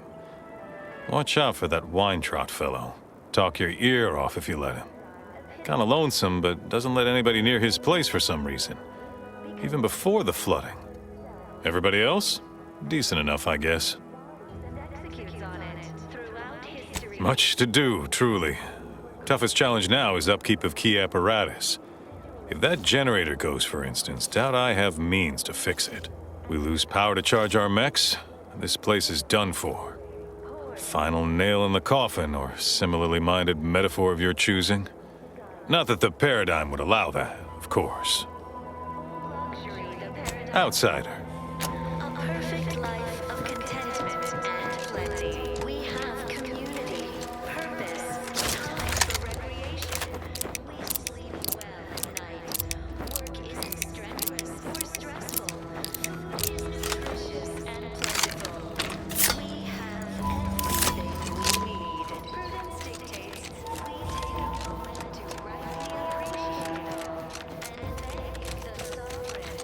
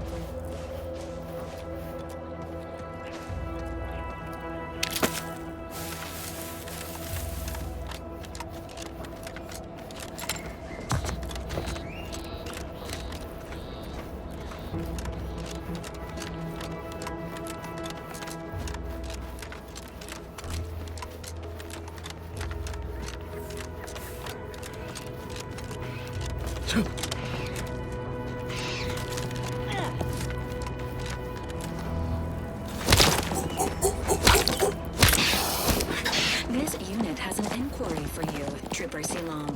Oh yeah? Let's hear it. Are the stipulations of your contracts with Auntie's Choice similar to this unit's instructional parameters? Huh. I know Auntie's Choice would love if signing on the dotted line were as binding as programming. No, I'm free to operate outside what they tell me I can do, with consequences. Programming don't allow for that. Unless it does. Wait, does it? This unit is unable to continue this conversation at this time.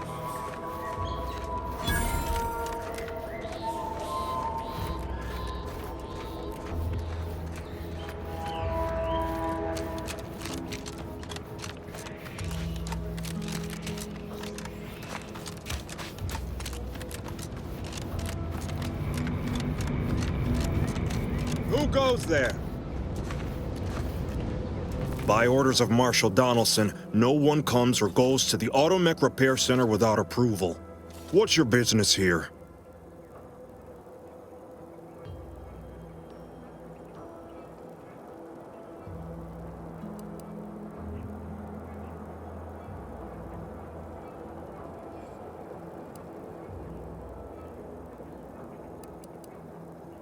Now you've done it. Slowing down a ranking Protectorate official is worth 10, 20 demerits if you're lucky. All right, let's not lose our heads over a simple misunderstanding. You're free to pass. Marshal Donaldson likes to greet new arrivals personally. We'll let him know you're inbound, so no one shoots on sight. Oh, and fair warning, watch out for Zeranium gas. We sprung a leak.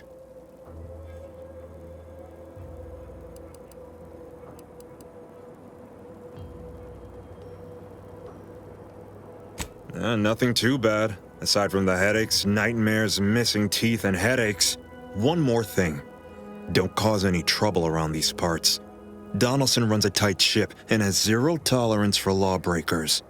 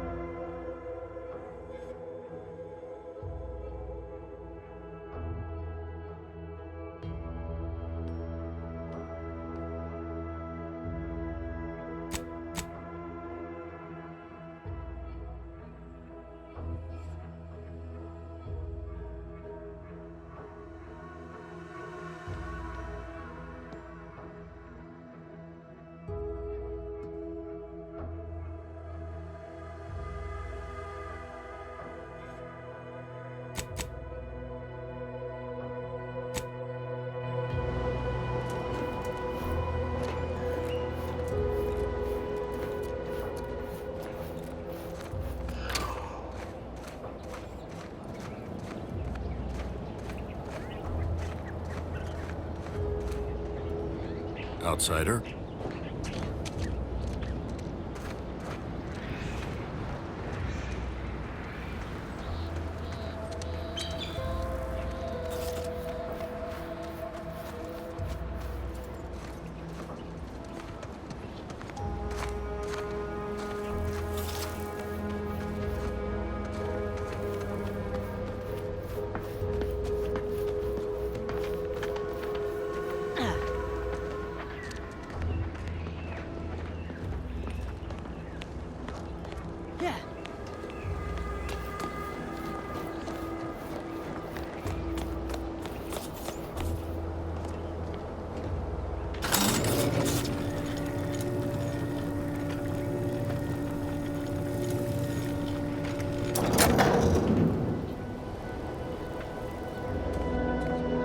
Did the authorities send you? Did my torrent of messages finally convince them of the vast crab-like dangers near at hand? What a relief. In here I thought myself dismissed as a loon.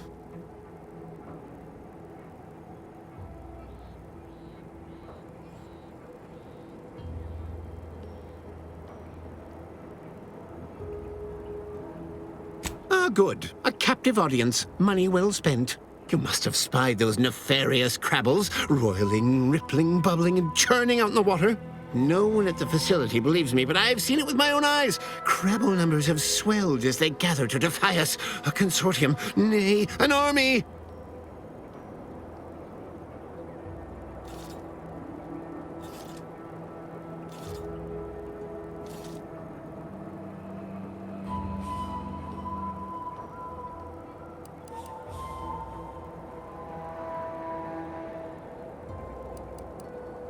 You actually believe me? No, stranger. Thank you. With your confidence and support, I believe the Crabble threat can and will be defeated. Remain strong, and together we will outlast the Crabble!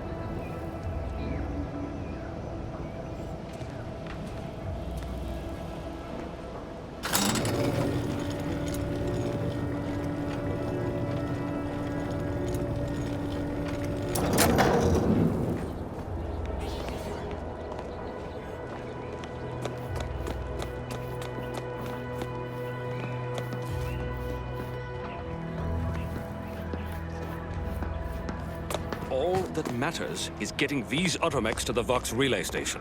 But Marshal, we must adhere to decontamination procedures. What in the name of the architect? Oh, right.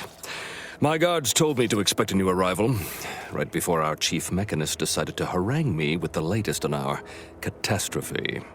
Marshal, you're acting as though I'm not standing here auguring the impending doom of this facility.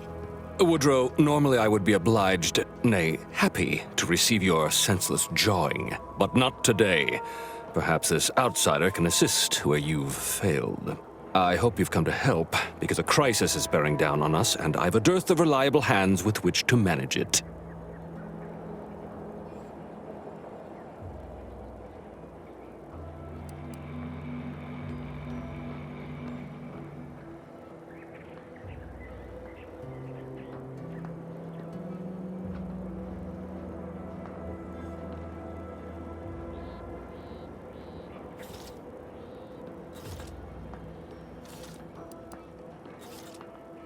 Well, prepare to be disappointed.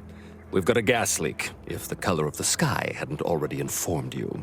Like you, me and my consternated head technician are new arrivals, though we may not last long if we fail to repair the uranium leak.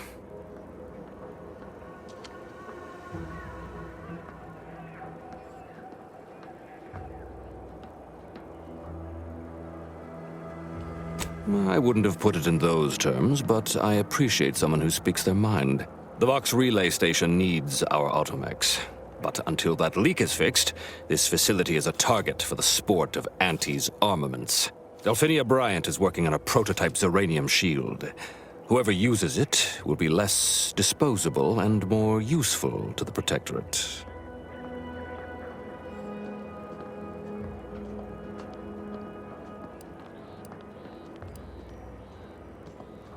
That's the spirit. You've got gumption, nerve, and daring do. Almost reminds me of myself. Marshal, those Automechs have been corrupted with uranium. I can't even cogitate on what they're capable of if we lack the time or resources to approach this rationally. Should they go berserk, we may well be turning the very subject you intend to resupply into their victims. We'd be branded as traitors. Then perhaps you had better explain to Brigadier Montelli why his defenses are grounded. And you can do so personally, in the comfort of his office. Montelli? I rescind my objection. May the delicate workings of the paradigm point us toward a better way. There's a good fellow. Cleave to your loyalty, and it will never steer you wrong.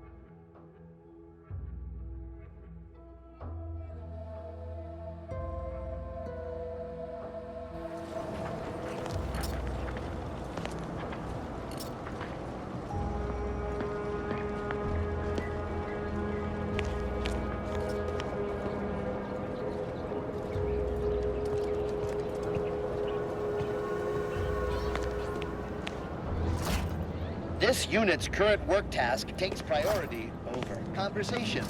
Farewell.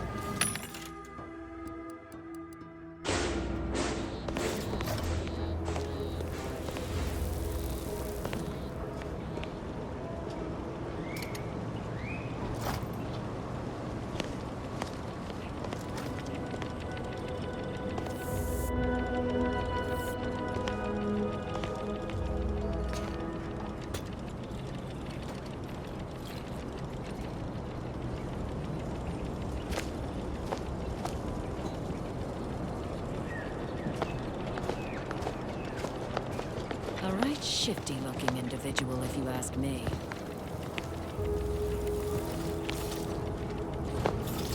A right shifty-looking individual, if you ask me.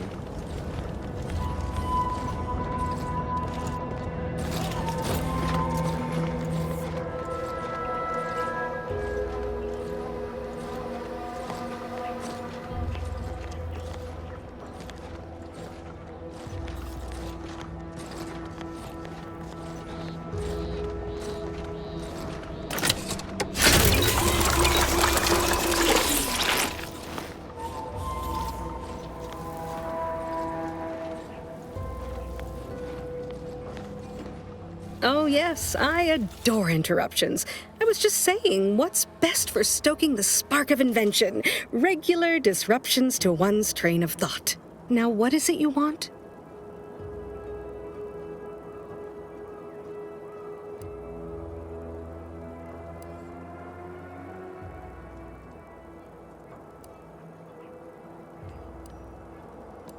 Ah, our good Marshall sent you, did he?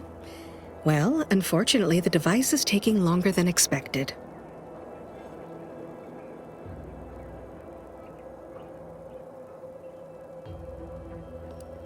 A number of factors. Zeranium is dangerous, and we wouldn't want a researcher falling victim to their subject of study. The scarcity of volunteers is also a problem. Everyone wants to fix the gas leak, but no one wants to step inside a hazardous vapor. Now tell me, are you familiar with Zeranium gas? One and the same. That building took the brunt of the damage during a recent attack, and now it's spewing valuable Zeranium all over the place. I could speak at length about Zeranium's many captivating intrinsic qualities, but suffice it to say, in its gaseous state, it's rather deadly. So what am I endeavoring to create? A protective device that shields its wearer from Zeranium's remarkably unsavory effects, as well as other forms of harm.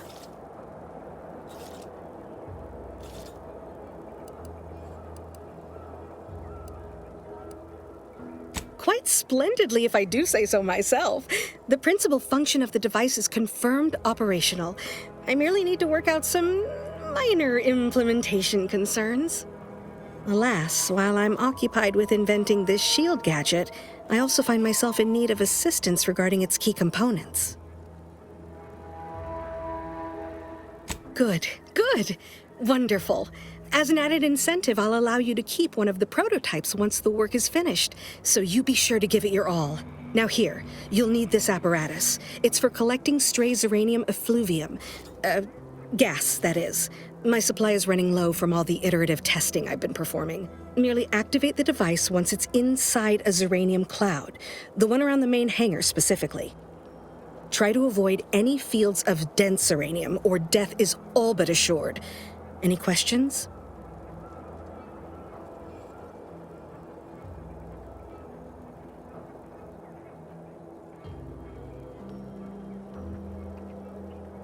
Normally, yes, but on the off chance that environmental exposure has altered the gas here in any way, I'll want to work with local samples. Ideally, the resulting shielding will protect against any gas, but since it's of utmost importance that it work on the gas here, I'll be calibrating against that. Well, of course, obviously. To that end, I'd suggest choosing a cloud of lesser density for your collection efforts.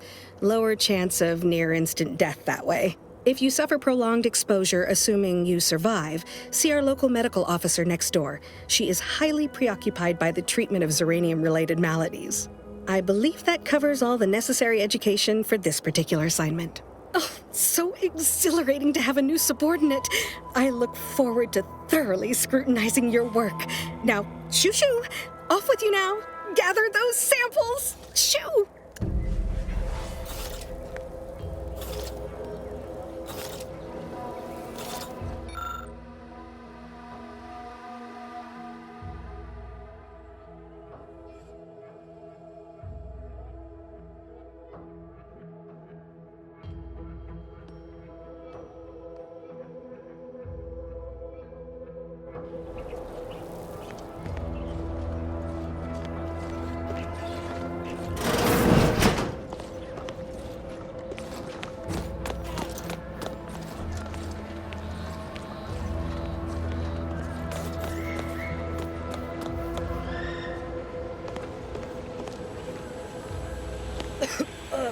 Commander, I think this stuff is eating my lungs from the inside.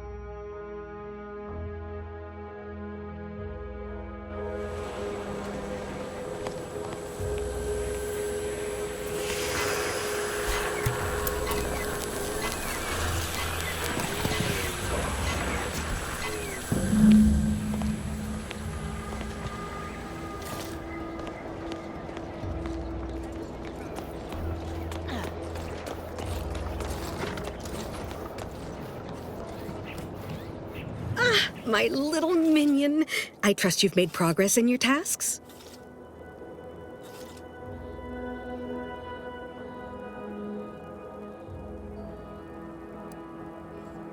What did I tell you? Perfectly safe. Either that or you tolerate Zeranium poisoning like a champ. Good for you. Should you suffer from any lingering symptoms of contamination, visit the medical center and they'll get you squared away. Now, on to business. The device already generates a field exactly as specified, albeit on a very small scale. Still, progress is progress. What's needed now is something to help extend and shape the field around the user.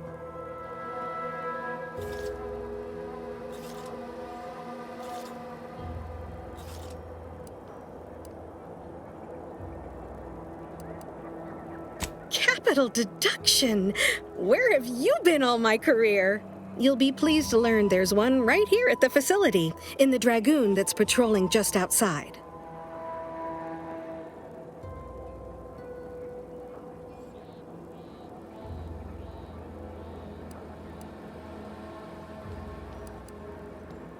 You guessed correctly. Our chief mechanist was rather hostile to the idea. So you may have trouble getting your hands on the catalytic amplifier.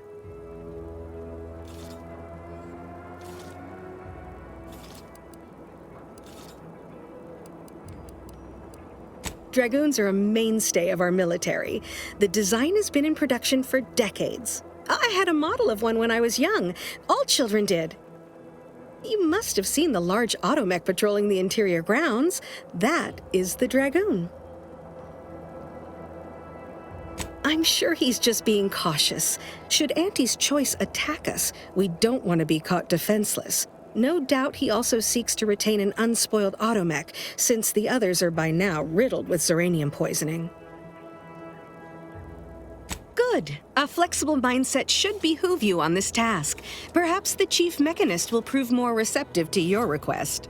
Failing that, be prepared to exercise creativity if needed. One last thing. The Dragoon must not be harmed. Not only would the amplifier likely be damaged, but we'd both be summarily executed, assuming we survive the firefight that ensued. Well, off you go. Shoo.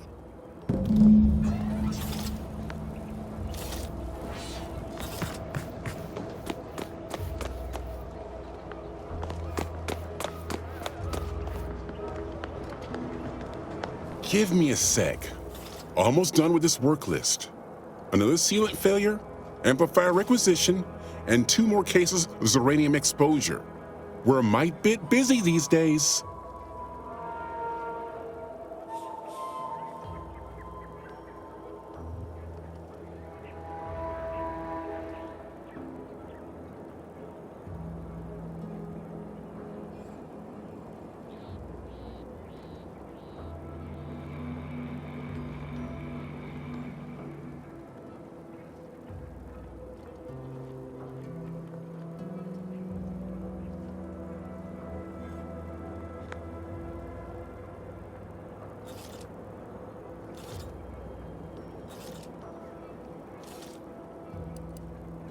Hazel should get you sorted right quick, assuming she has the parts.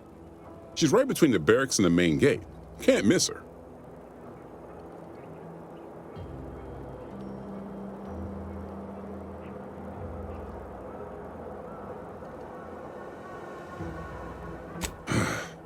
She and I have been over this 100 times. Please understand. The original staff of this facility were rounded up and refreshed because they couldn't safeguard a protectorate asset. Why should I follow their example by reducing our sole working Dragoon to a pile of unpatriotic scrap? I can't. I won't.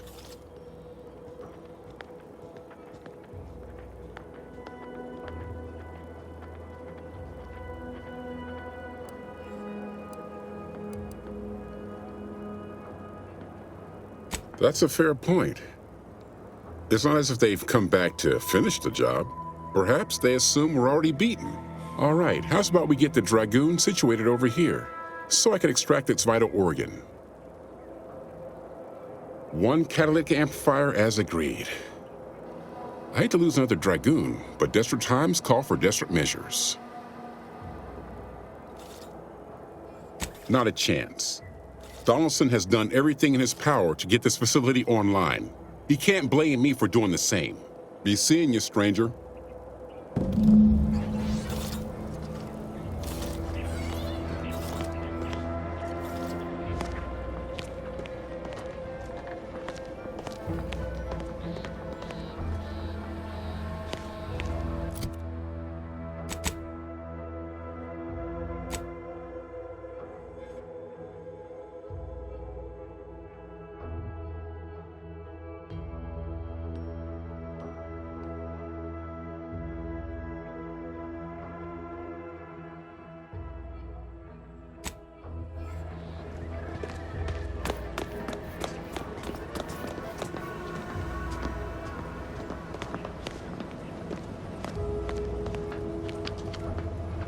Oh, unfamiliar clientele.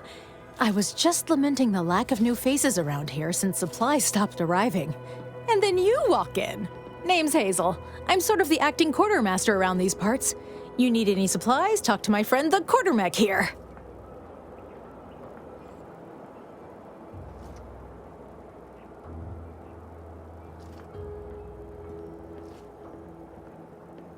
You'd think that a fully stocked auto-mechanical repair center would have automech parts, and 9 times out of 10 you'd be spot on. Trouble is, a bunch of supplies went missing recently, right around the time the quartermech completed a routine inventory.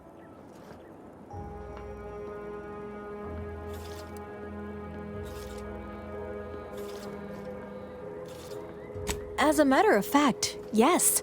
Recently, when the crates by the wall got too high, it began stacking supplies on the catwalk above.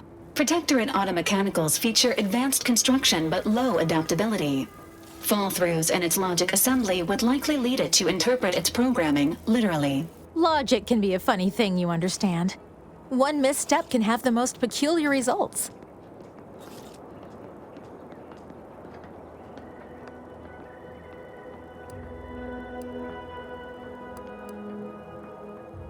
Hey, that's a good point. The quartermech is my responsibility. Claim whatever parts you require from the missing supplies, and we'll call the matter settled. Delphinia's lab would be the place to search. We use it for storage, and our records indicate the supplies were present and accounted for. Are you acquainted with Delphinia? She's a scientist on loan from the Vox Relay, helping with the Zeranium leak and all.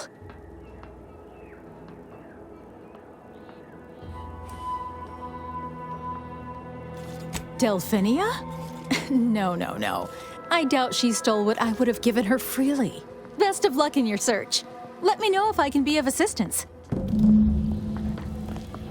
See you soon, I hope.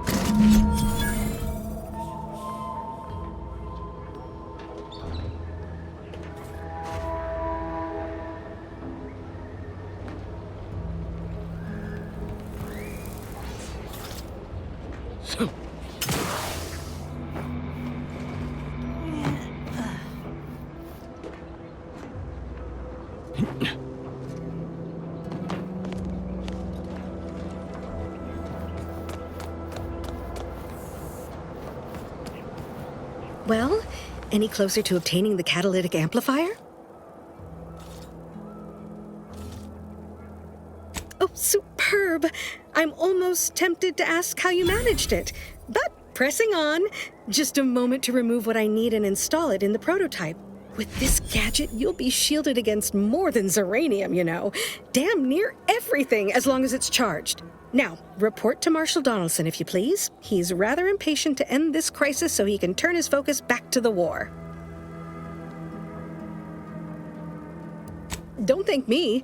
Just doing my part for the sake of the paradigm, same as anyone.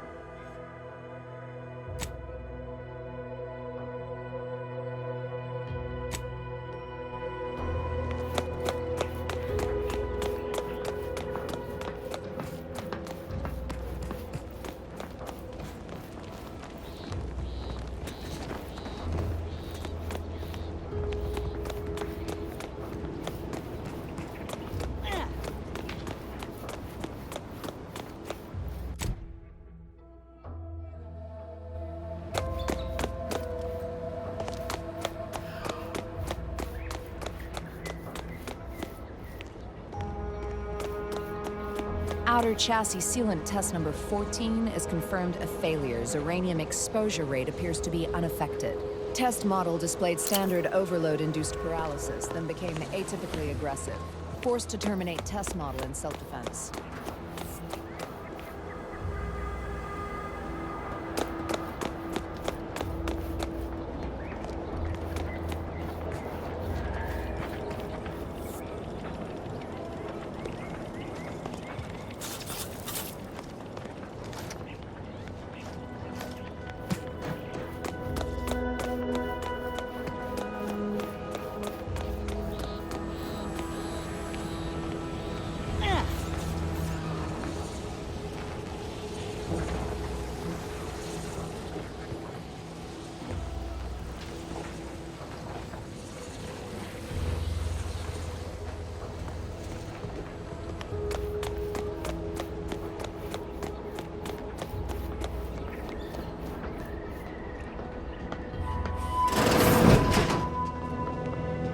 I'm glad that spectacle didn't scare you off.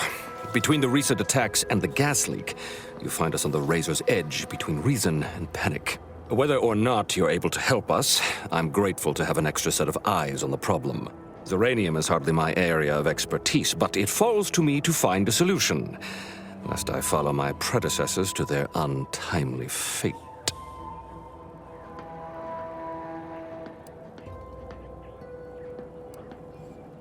What happens to any member of the Protectorate who falls short of fulfilling their lifelong oaths of service? Execution for the unworthy, and mental refreshment for the salvageable and the stalwart. Dereliction of duty is a heavy offense, and no lesser sentence will fit the crime. I hold myself to the highest standard, but this Zeranium leak, it threatens all that I hold dear. Ha! You cut straight to the point. This facility has been through many a trial and tribulation, but the war is not finished with us yet. What it needs is stable, consistent leadership, and I can't be that if I'm dead of Zeranium poisoning. What else would disrupt the harmony of our perfect system? Auntie's choice, of course. A chance shot hit the wrong pipe early into their assault. Zeranium wreaks havoc on automechanicals. Every combat-ready mech in the repair hangar was overcharged and beset with behavioral problems. Further damage soon occurred.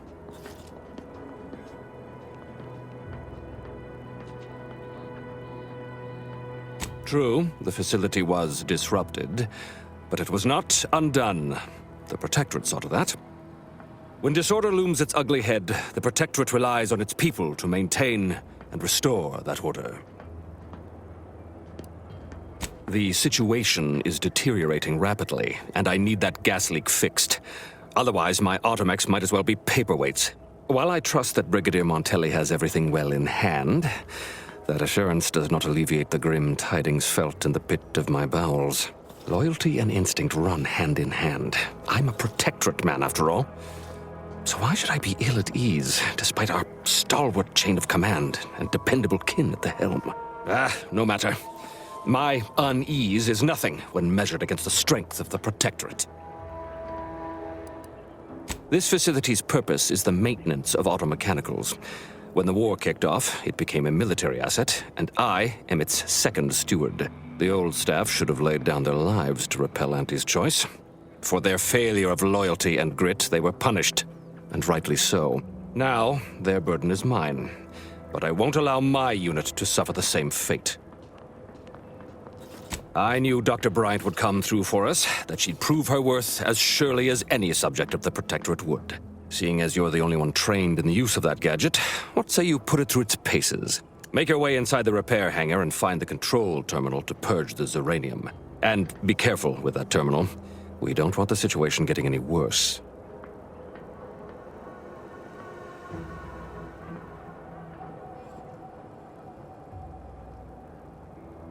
Why in law's name would you want to know that?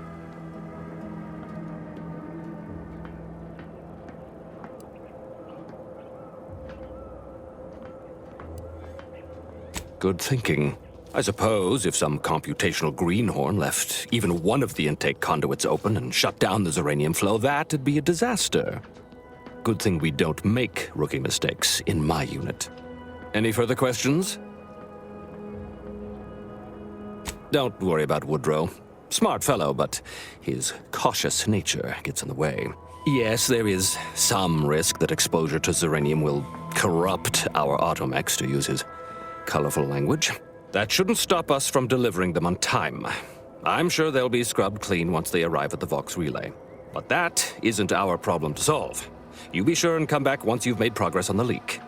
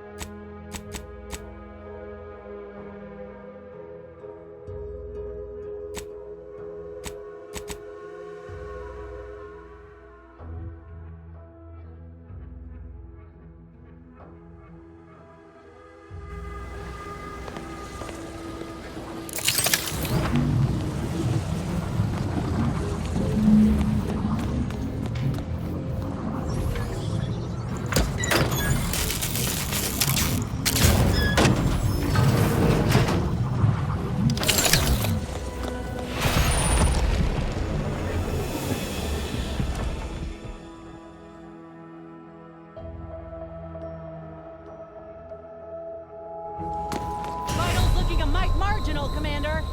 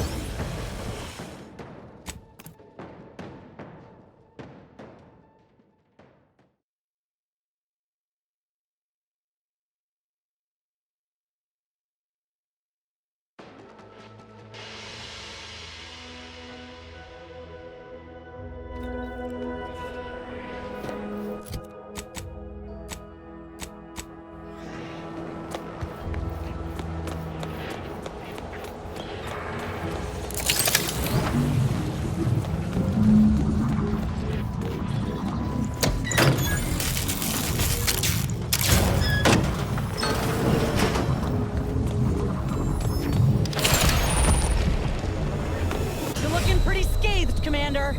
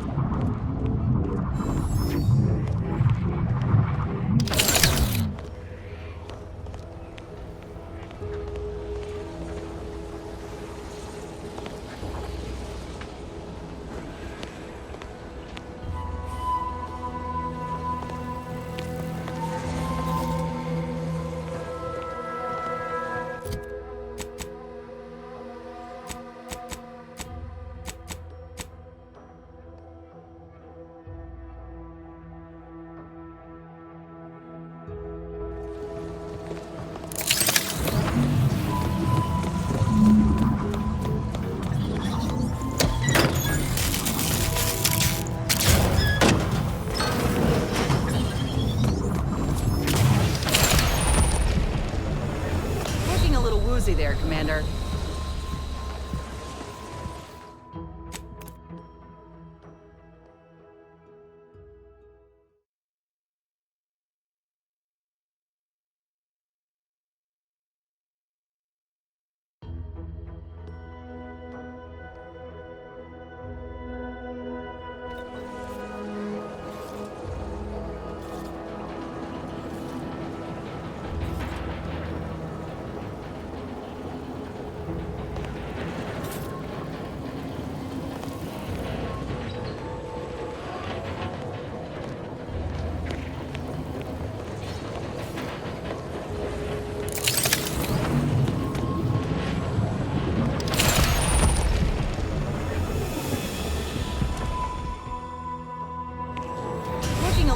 There, Commander.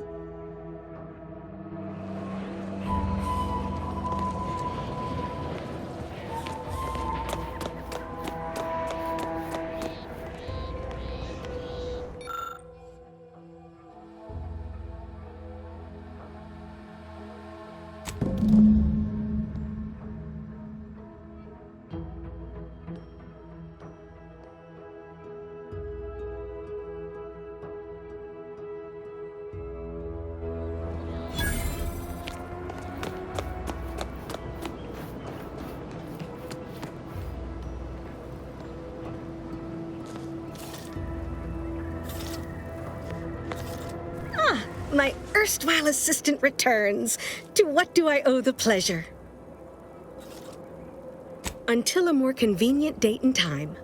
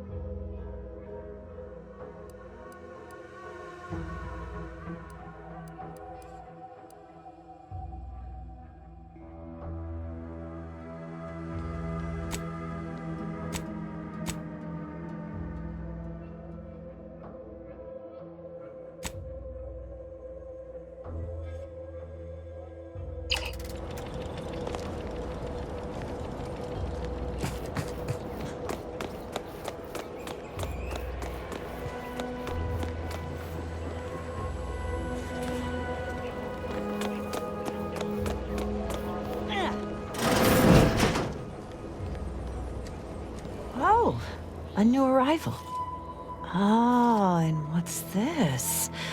You, I dare say, are exhibiting clear signs of Zeranium exposure, stranger. Fortunately for you, you appear to have a fairly mild case. I imagine you haven't even noticed any symptoms yet. If you'd indulge me, I have a few questions I'd like to ask, for medical posterity, and so on and so forth. I'm afraid I require more information before I can render treatment. That will ensure you get the care you need, and it will only cost your time. First question, can you describe the conditions in which you were exposed to the Zeranium?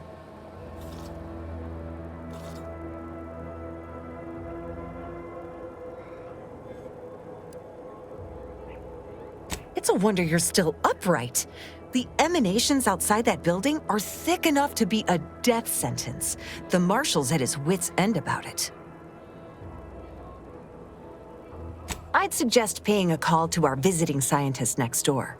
Purportedly, she's devised a device that can block the effects of Zeranium gas.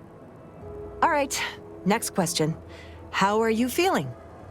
For instance, do your bones seem noticeably softer somehow? Have you observed any sterility on your way in? Or aching in your thyroid or spleen? Well, good for you. Keeping a positive attitude can often aid your recovery. I wish more of my patients shared your optimistic disposition. As promised, you're due a round of advanced Zeranium therapy of the highest possible quality. Apologies for any severe discomfort you may have experienced in the interim. There, that should do it. Do stop back in if you suffer additional exposure. I would love, be pleased to act as your consulting physician again, should the need arise. Don't have much to spare, but you're free to have a look.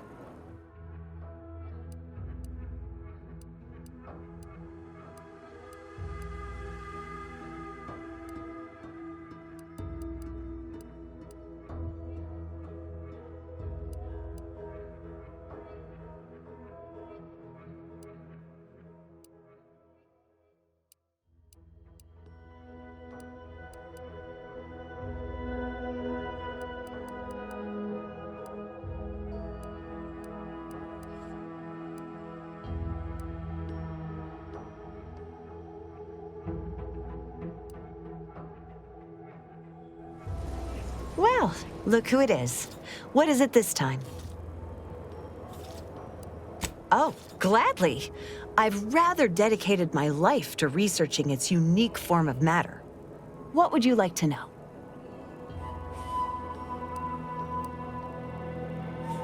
Total avoidance is best, but try to get out of the Zeranium as quickly as you can if exposure becomes necessary. Come to think of it, there may be some exciting new breakthroughs in the near future. Our visiting scientist next door is working on a device that shields the user from Zeranium's effects, though she was having a spot of trouble last I heard. Zeranium in its default crystalline state poses two risks. First, it's extremely volatile, exploding with an immense burst of energy if upset in any way. Second, Zeranium crystals produce a small amount of gas, which we think helps stabilize its crystalline lattice, but that's just a theory. In this gaseous state, Zeranium is quite hazardous, breaking down organic matter through a mechanism we still don't quite understand. The concentration of the gas is a critical factor. A person could remain in a light haze for several minutes, whereas a dense cloud can kill near instantly. Anyhow, I could talk about this all day if I let myself. Hope I haven't bored you unduly. Was there anything else I could help you with? Zeranium is a crystal. Even in its raw form, it generates energy. But once refined and stored in a quasi-gaseous state, its output increases exponentially. Zeranium is found in a liquid state as well, but it's far too hazardous and inefficient for our needs. Refined Zeranium is used to power nearly all major Protectorate technology. It's an amazingly efficient power source. However, it's also highly unstable and must be mined exceedingly carefully. Even minor bumps or jolts can cause Zeranium crystals to explode.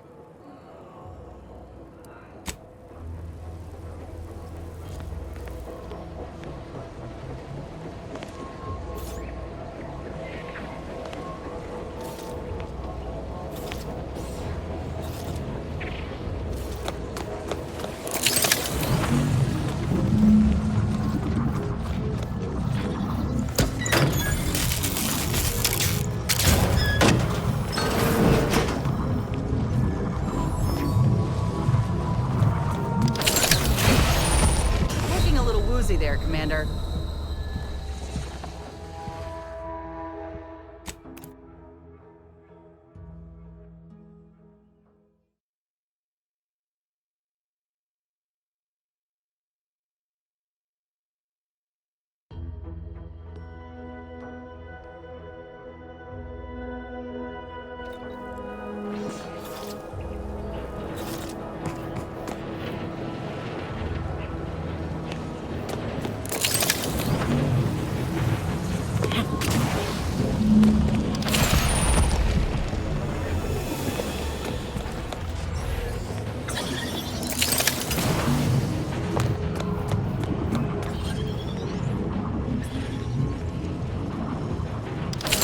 You're back.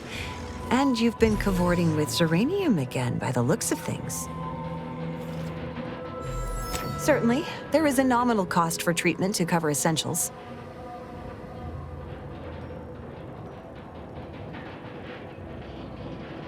All right then, hold perfectly still. There, all better. Was there anything else you needed?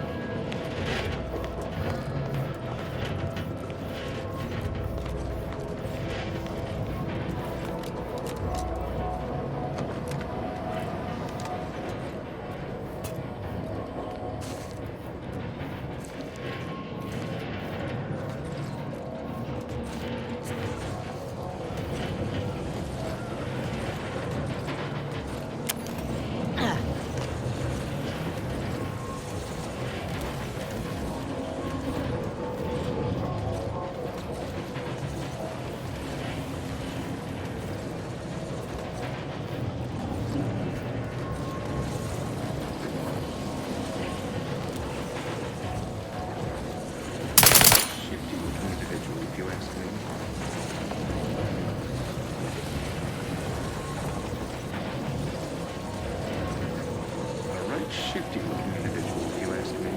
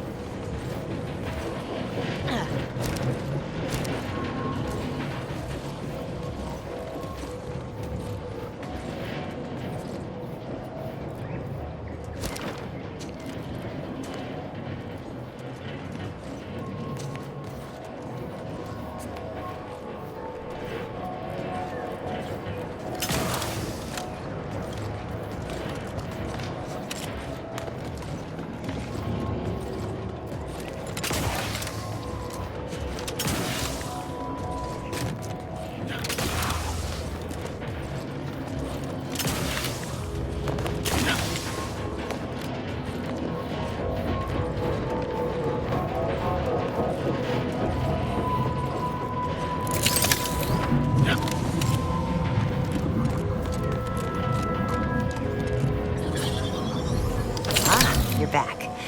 And you've been cavorting with Zeranium again, by the looks of things. Certainly, there is a nominal cost for treatment to cover essentials.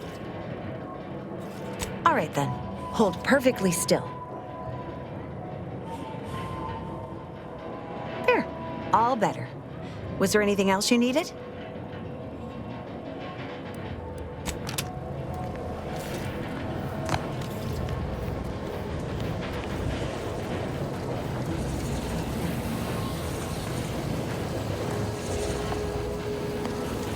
First the attack, then the Zeranium.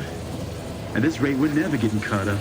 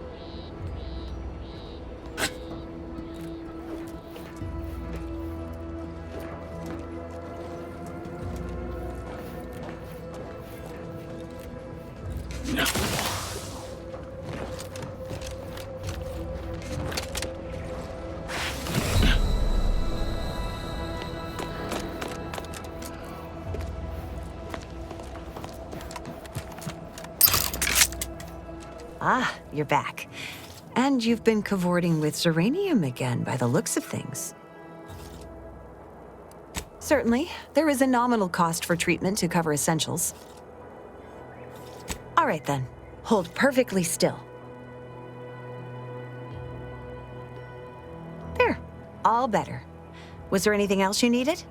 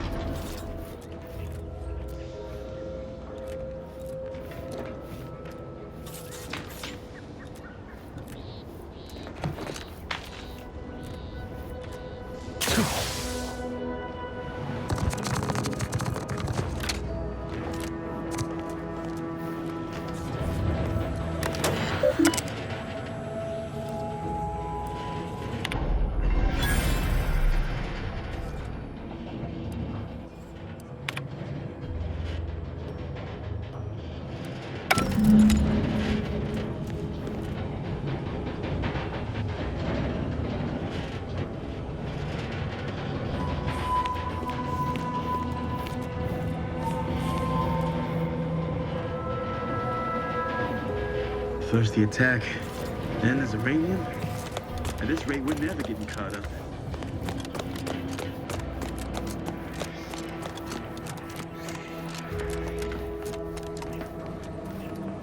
I hope you brought me good news, outsider.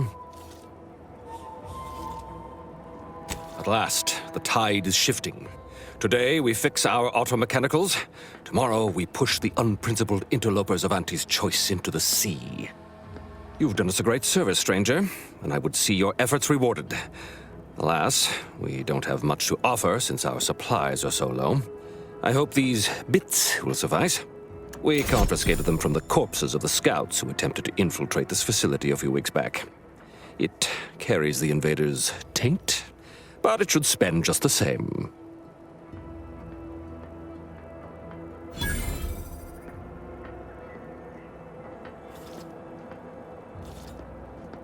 Perhaps you're right.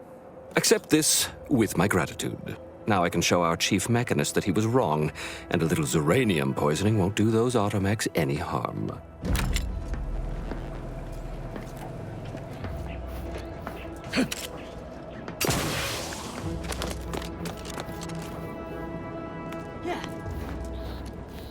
I wish I shared the Marshal's confidence that our problems were behind us.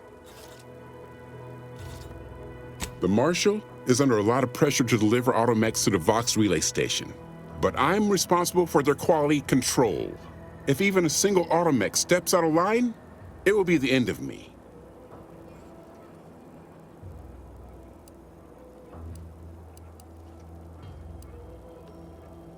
Brigadier Montelli does not accept excuses, and he does not tolerate failure. The Marshal is a good man, but he values speed while I value accuracy. Neither of us is wrong, but in this case, we both can't be right.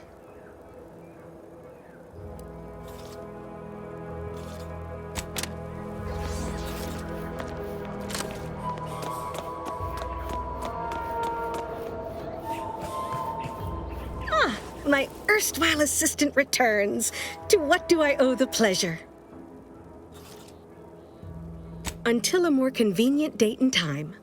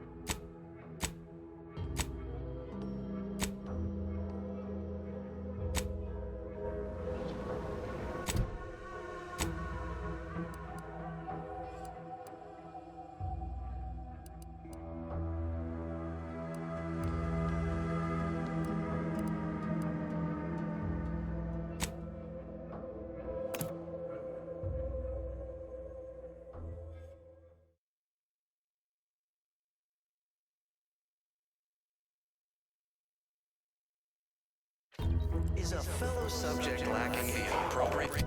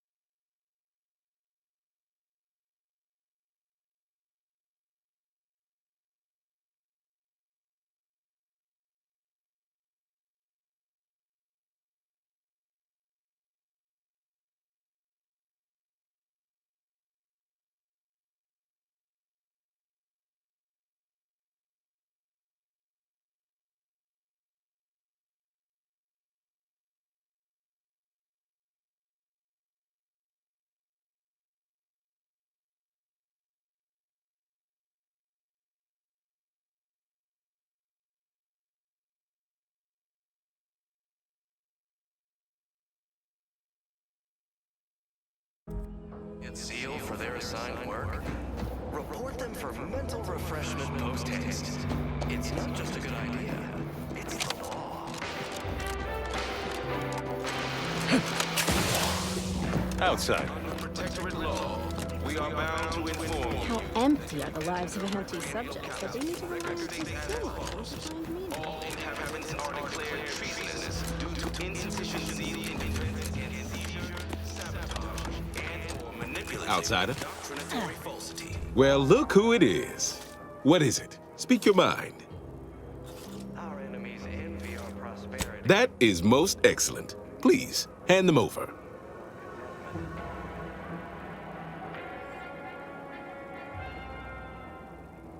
Yes, we had what you outsiders call a deal. I promised you a means past the bridge and a way inside the Vox relay. There is wreckage from a crashed ship traversing most of the expanse. With the right equipment, the path will lead you directly to the Vox relay's main gate. Tell me, do you already have Protectorate jump boots in your possession? That's what I knew them as. The official title is Personal Plasma Thrusters, I suppose.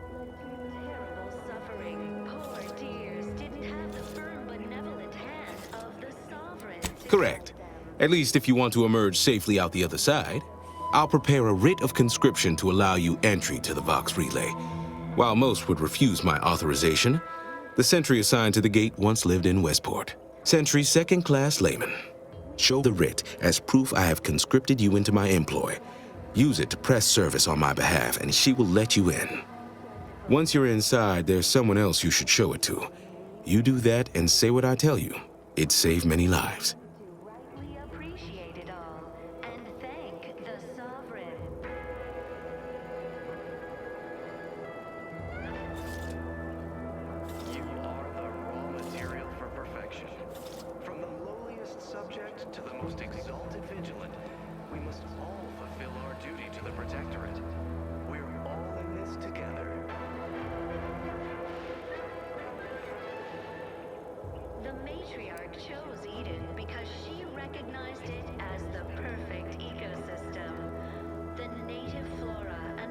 I can't offer you anything for it, but you've proven yourself sympathetic to our cause.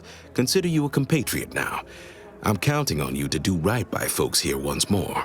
Hopefully, you'll return afterward and find Westport thriving, all on account of your efforts. That is the only reward I'm able to offer.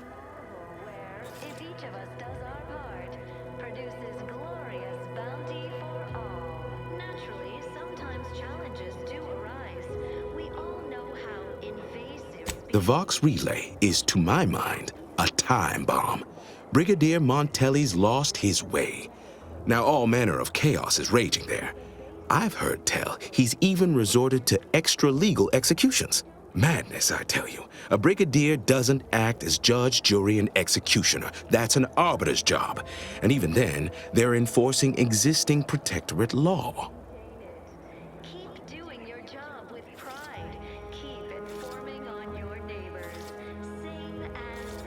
Marshal Corbin. As with all my subjects, I have been there when he needed me. I trust we can call on him now to do his part. Seek him out at the Vox relay, conscript him with the writ. And this is important. You must convince him to kill Montelli. Corbin will want to talk him down, to take him into custody, to message superiors outside the facility beforehand. We cannot allow any of that to happen. If Corbin becomes the highest-ranking officer alive, no one will be able to contradict his accounting of events. The Protectorate execute connivers and schemers. Corbin must appear forced to take down Montelli in the moment. It cannot feel like a plotted coup.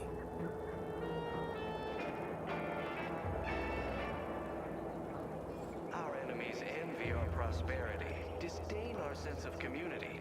They sneer. Good, good. Here is the writ. I may not survive to see what occurs, but I trust you to follow your conscience. Farewell now. Promise you'll return here if you can, to check in on my people and see how they fare. Oh, I don't doubt your abilities, but the prospects remain exceedingly poor. The facility is exceptionally well guarded, and forces there are the pinnacle of Protectorate training. Even if you succeed, It's only a matter of time before the Arbiter arrives to administer my sentence. Any chances of me avoiding my fate are quite slim, I fear. Farewell now. We all enjoy the full luxury the paradigm affords us. A perfect life of contentment and plenty. We have community, purpose, time for recreation. We sleep well at...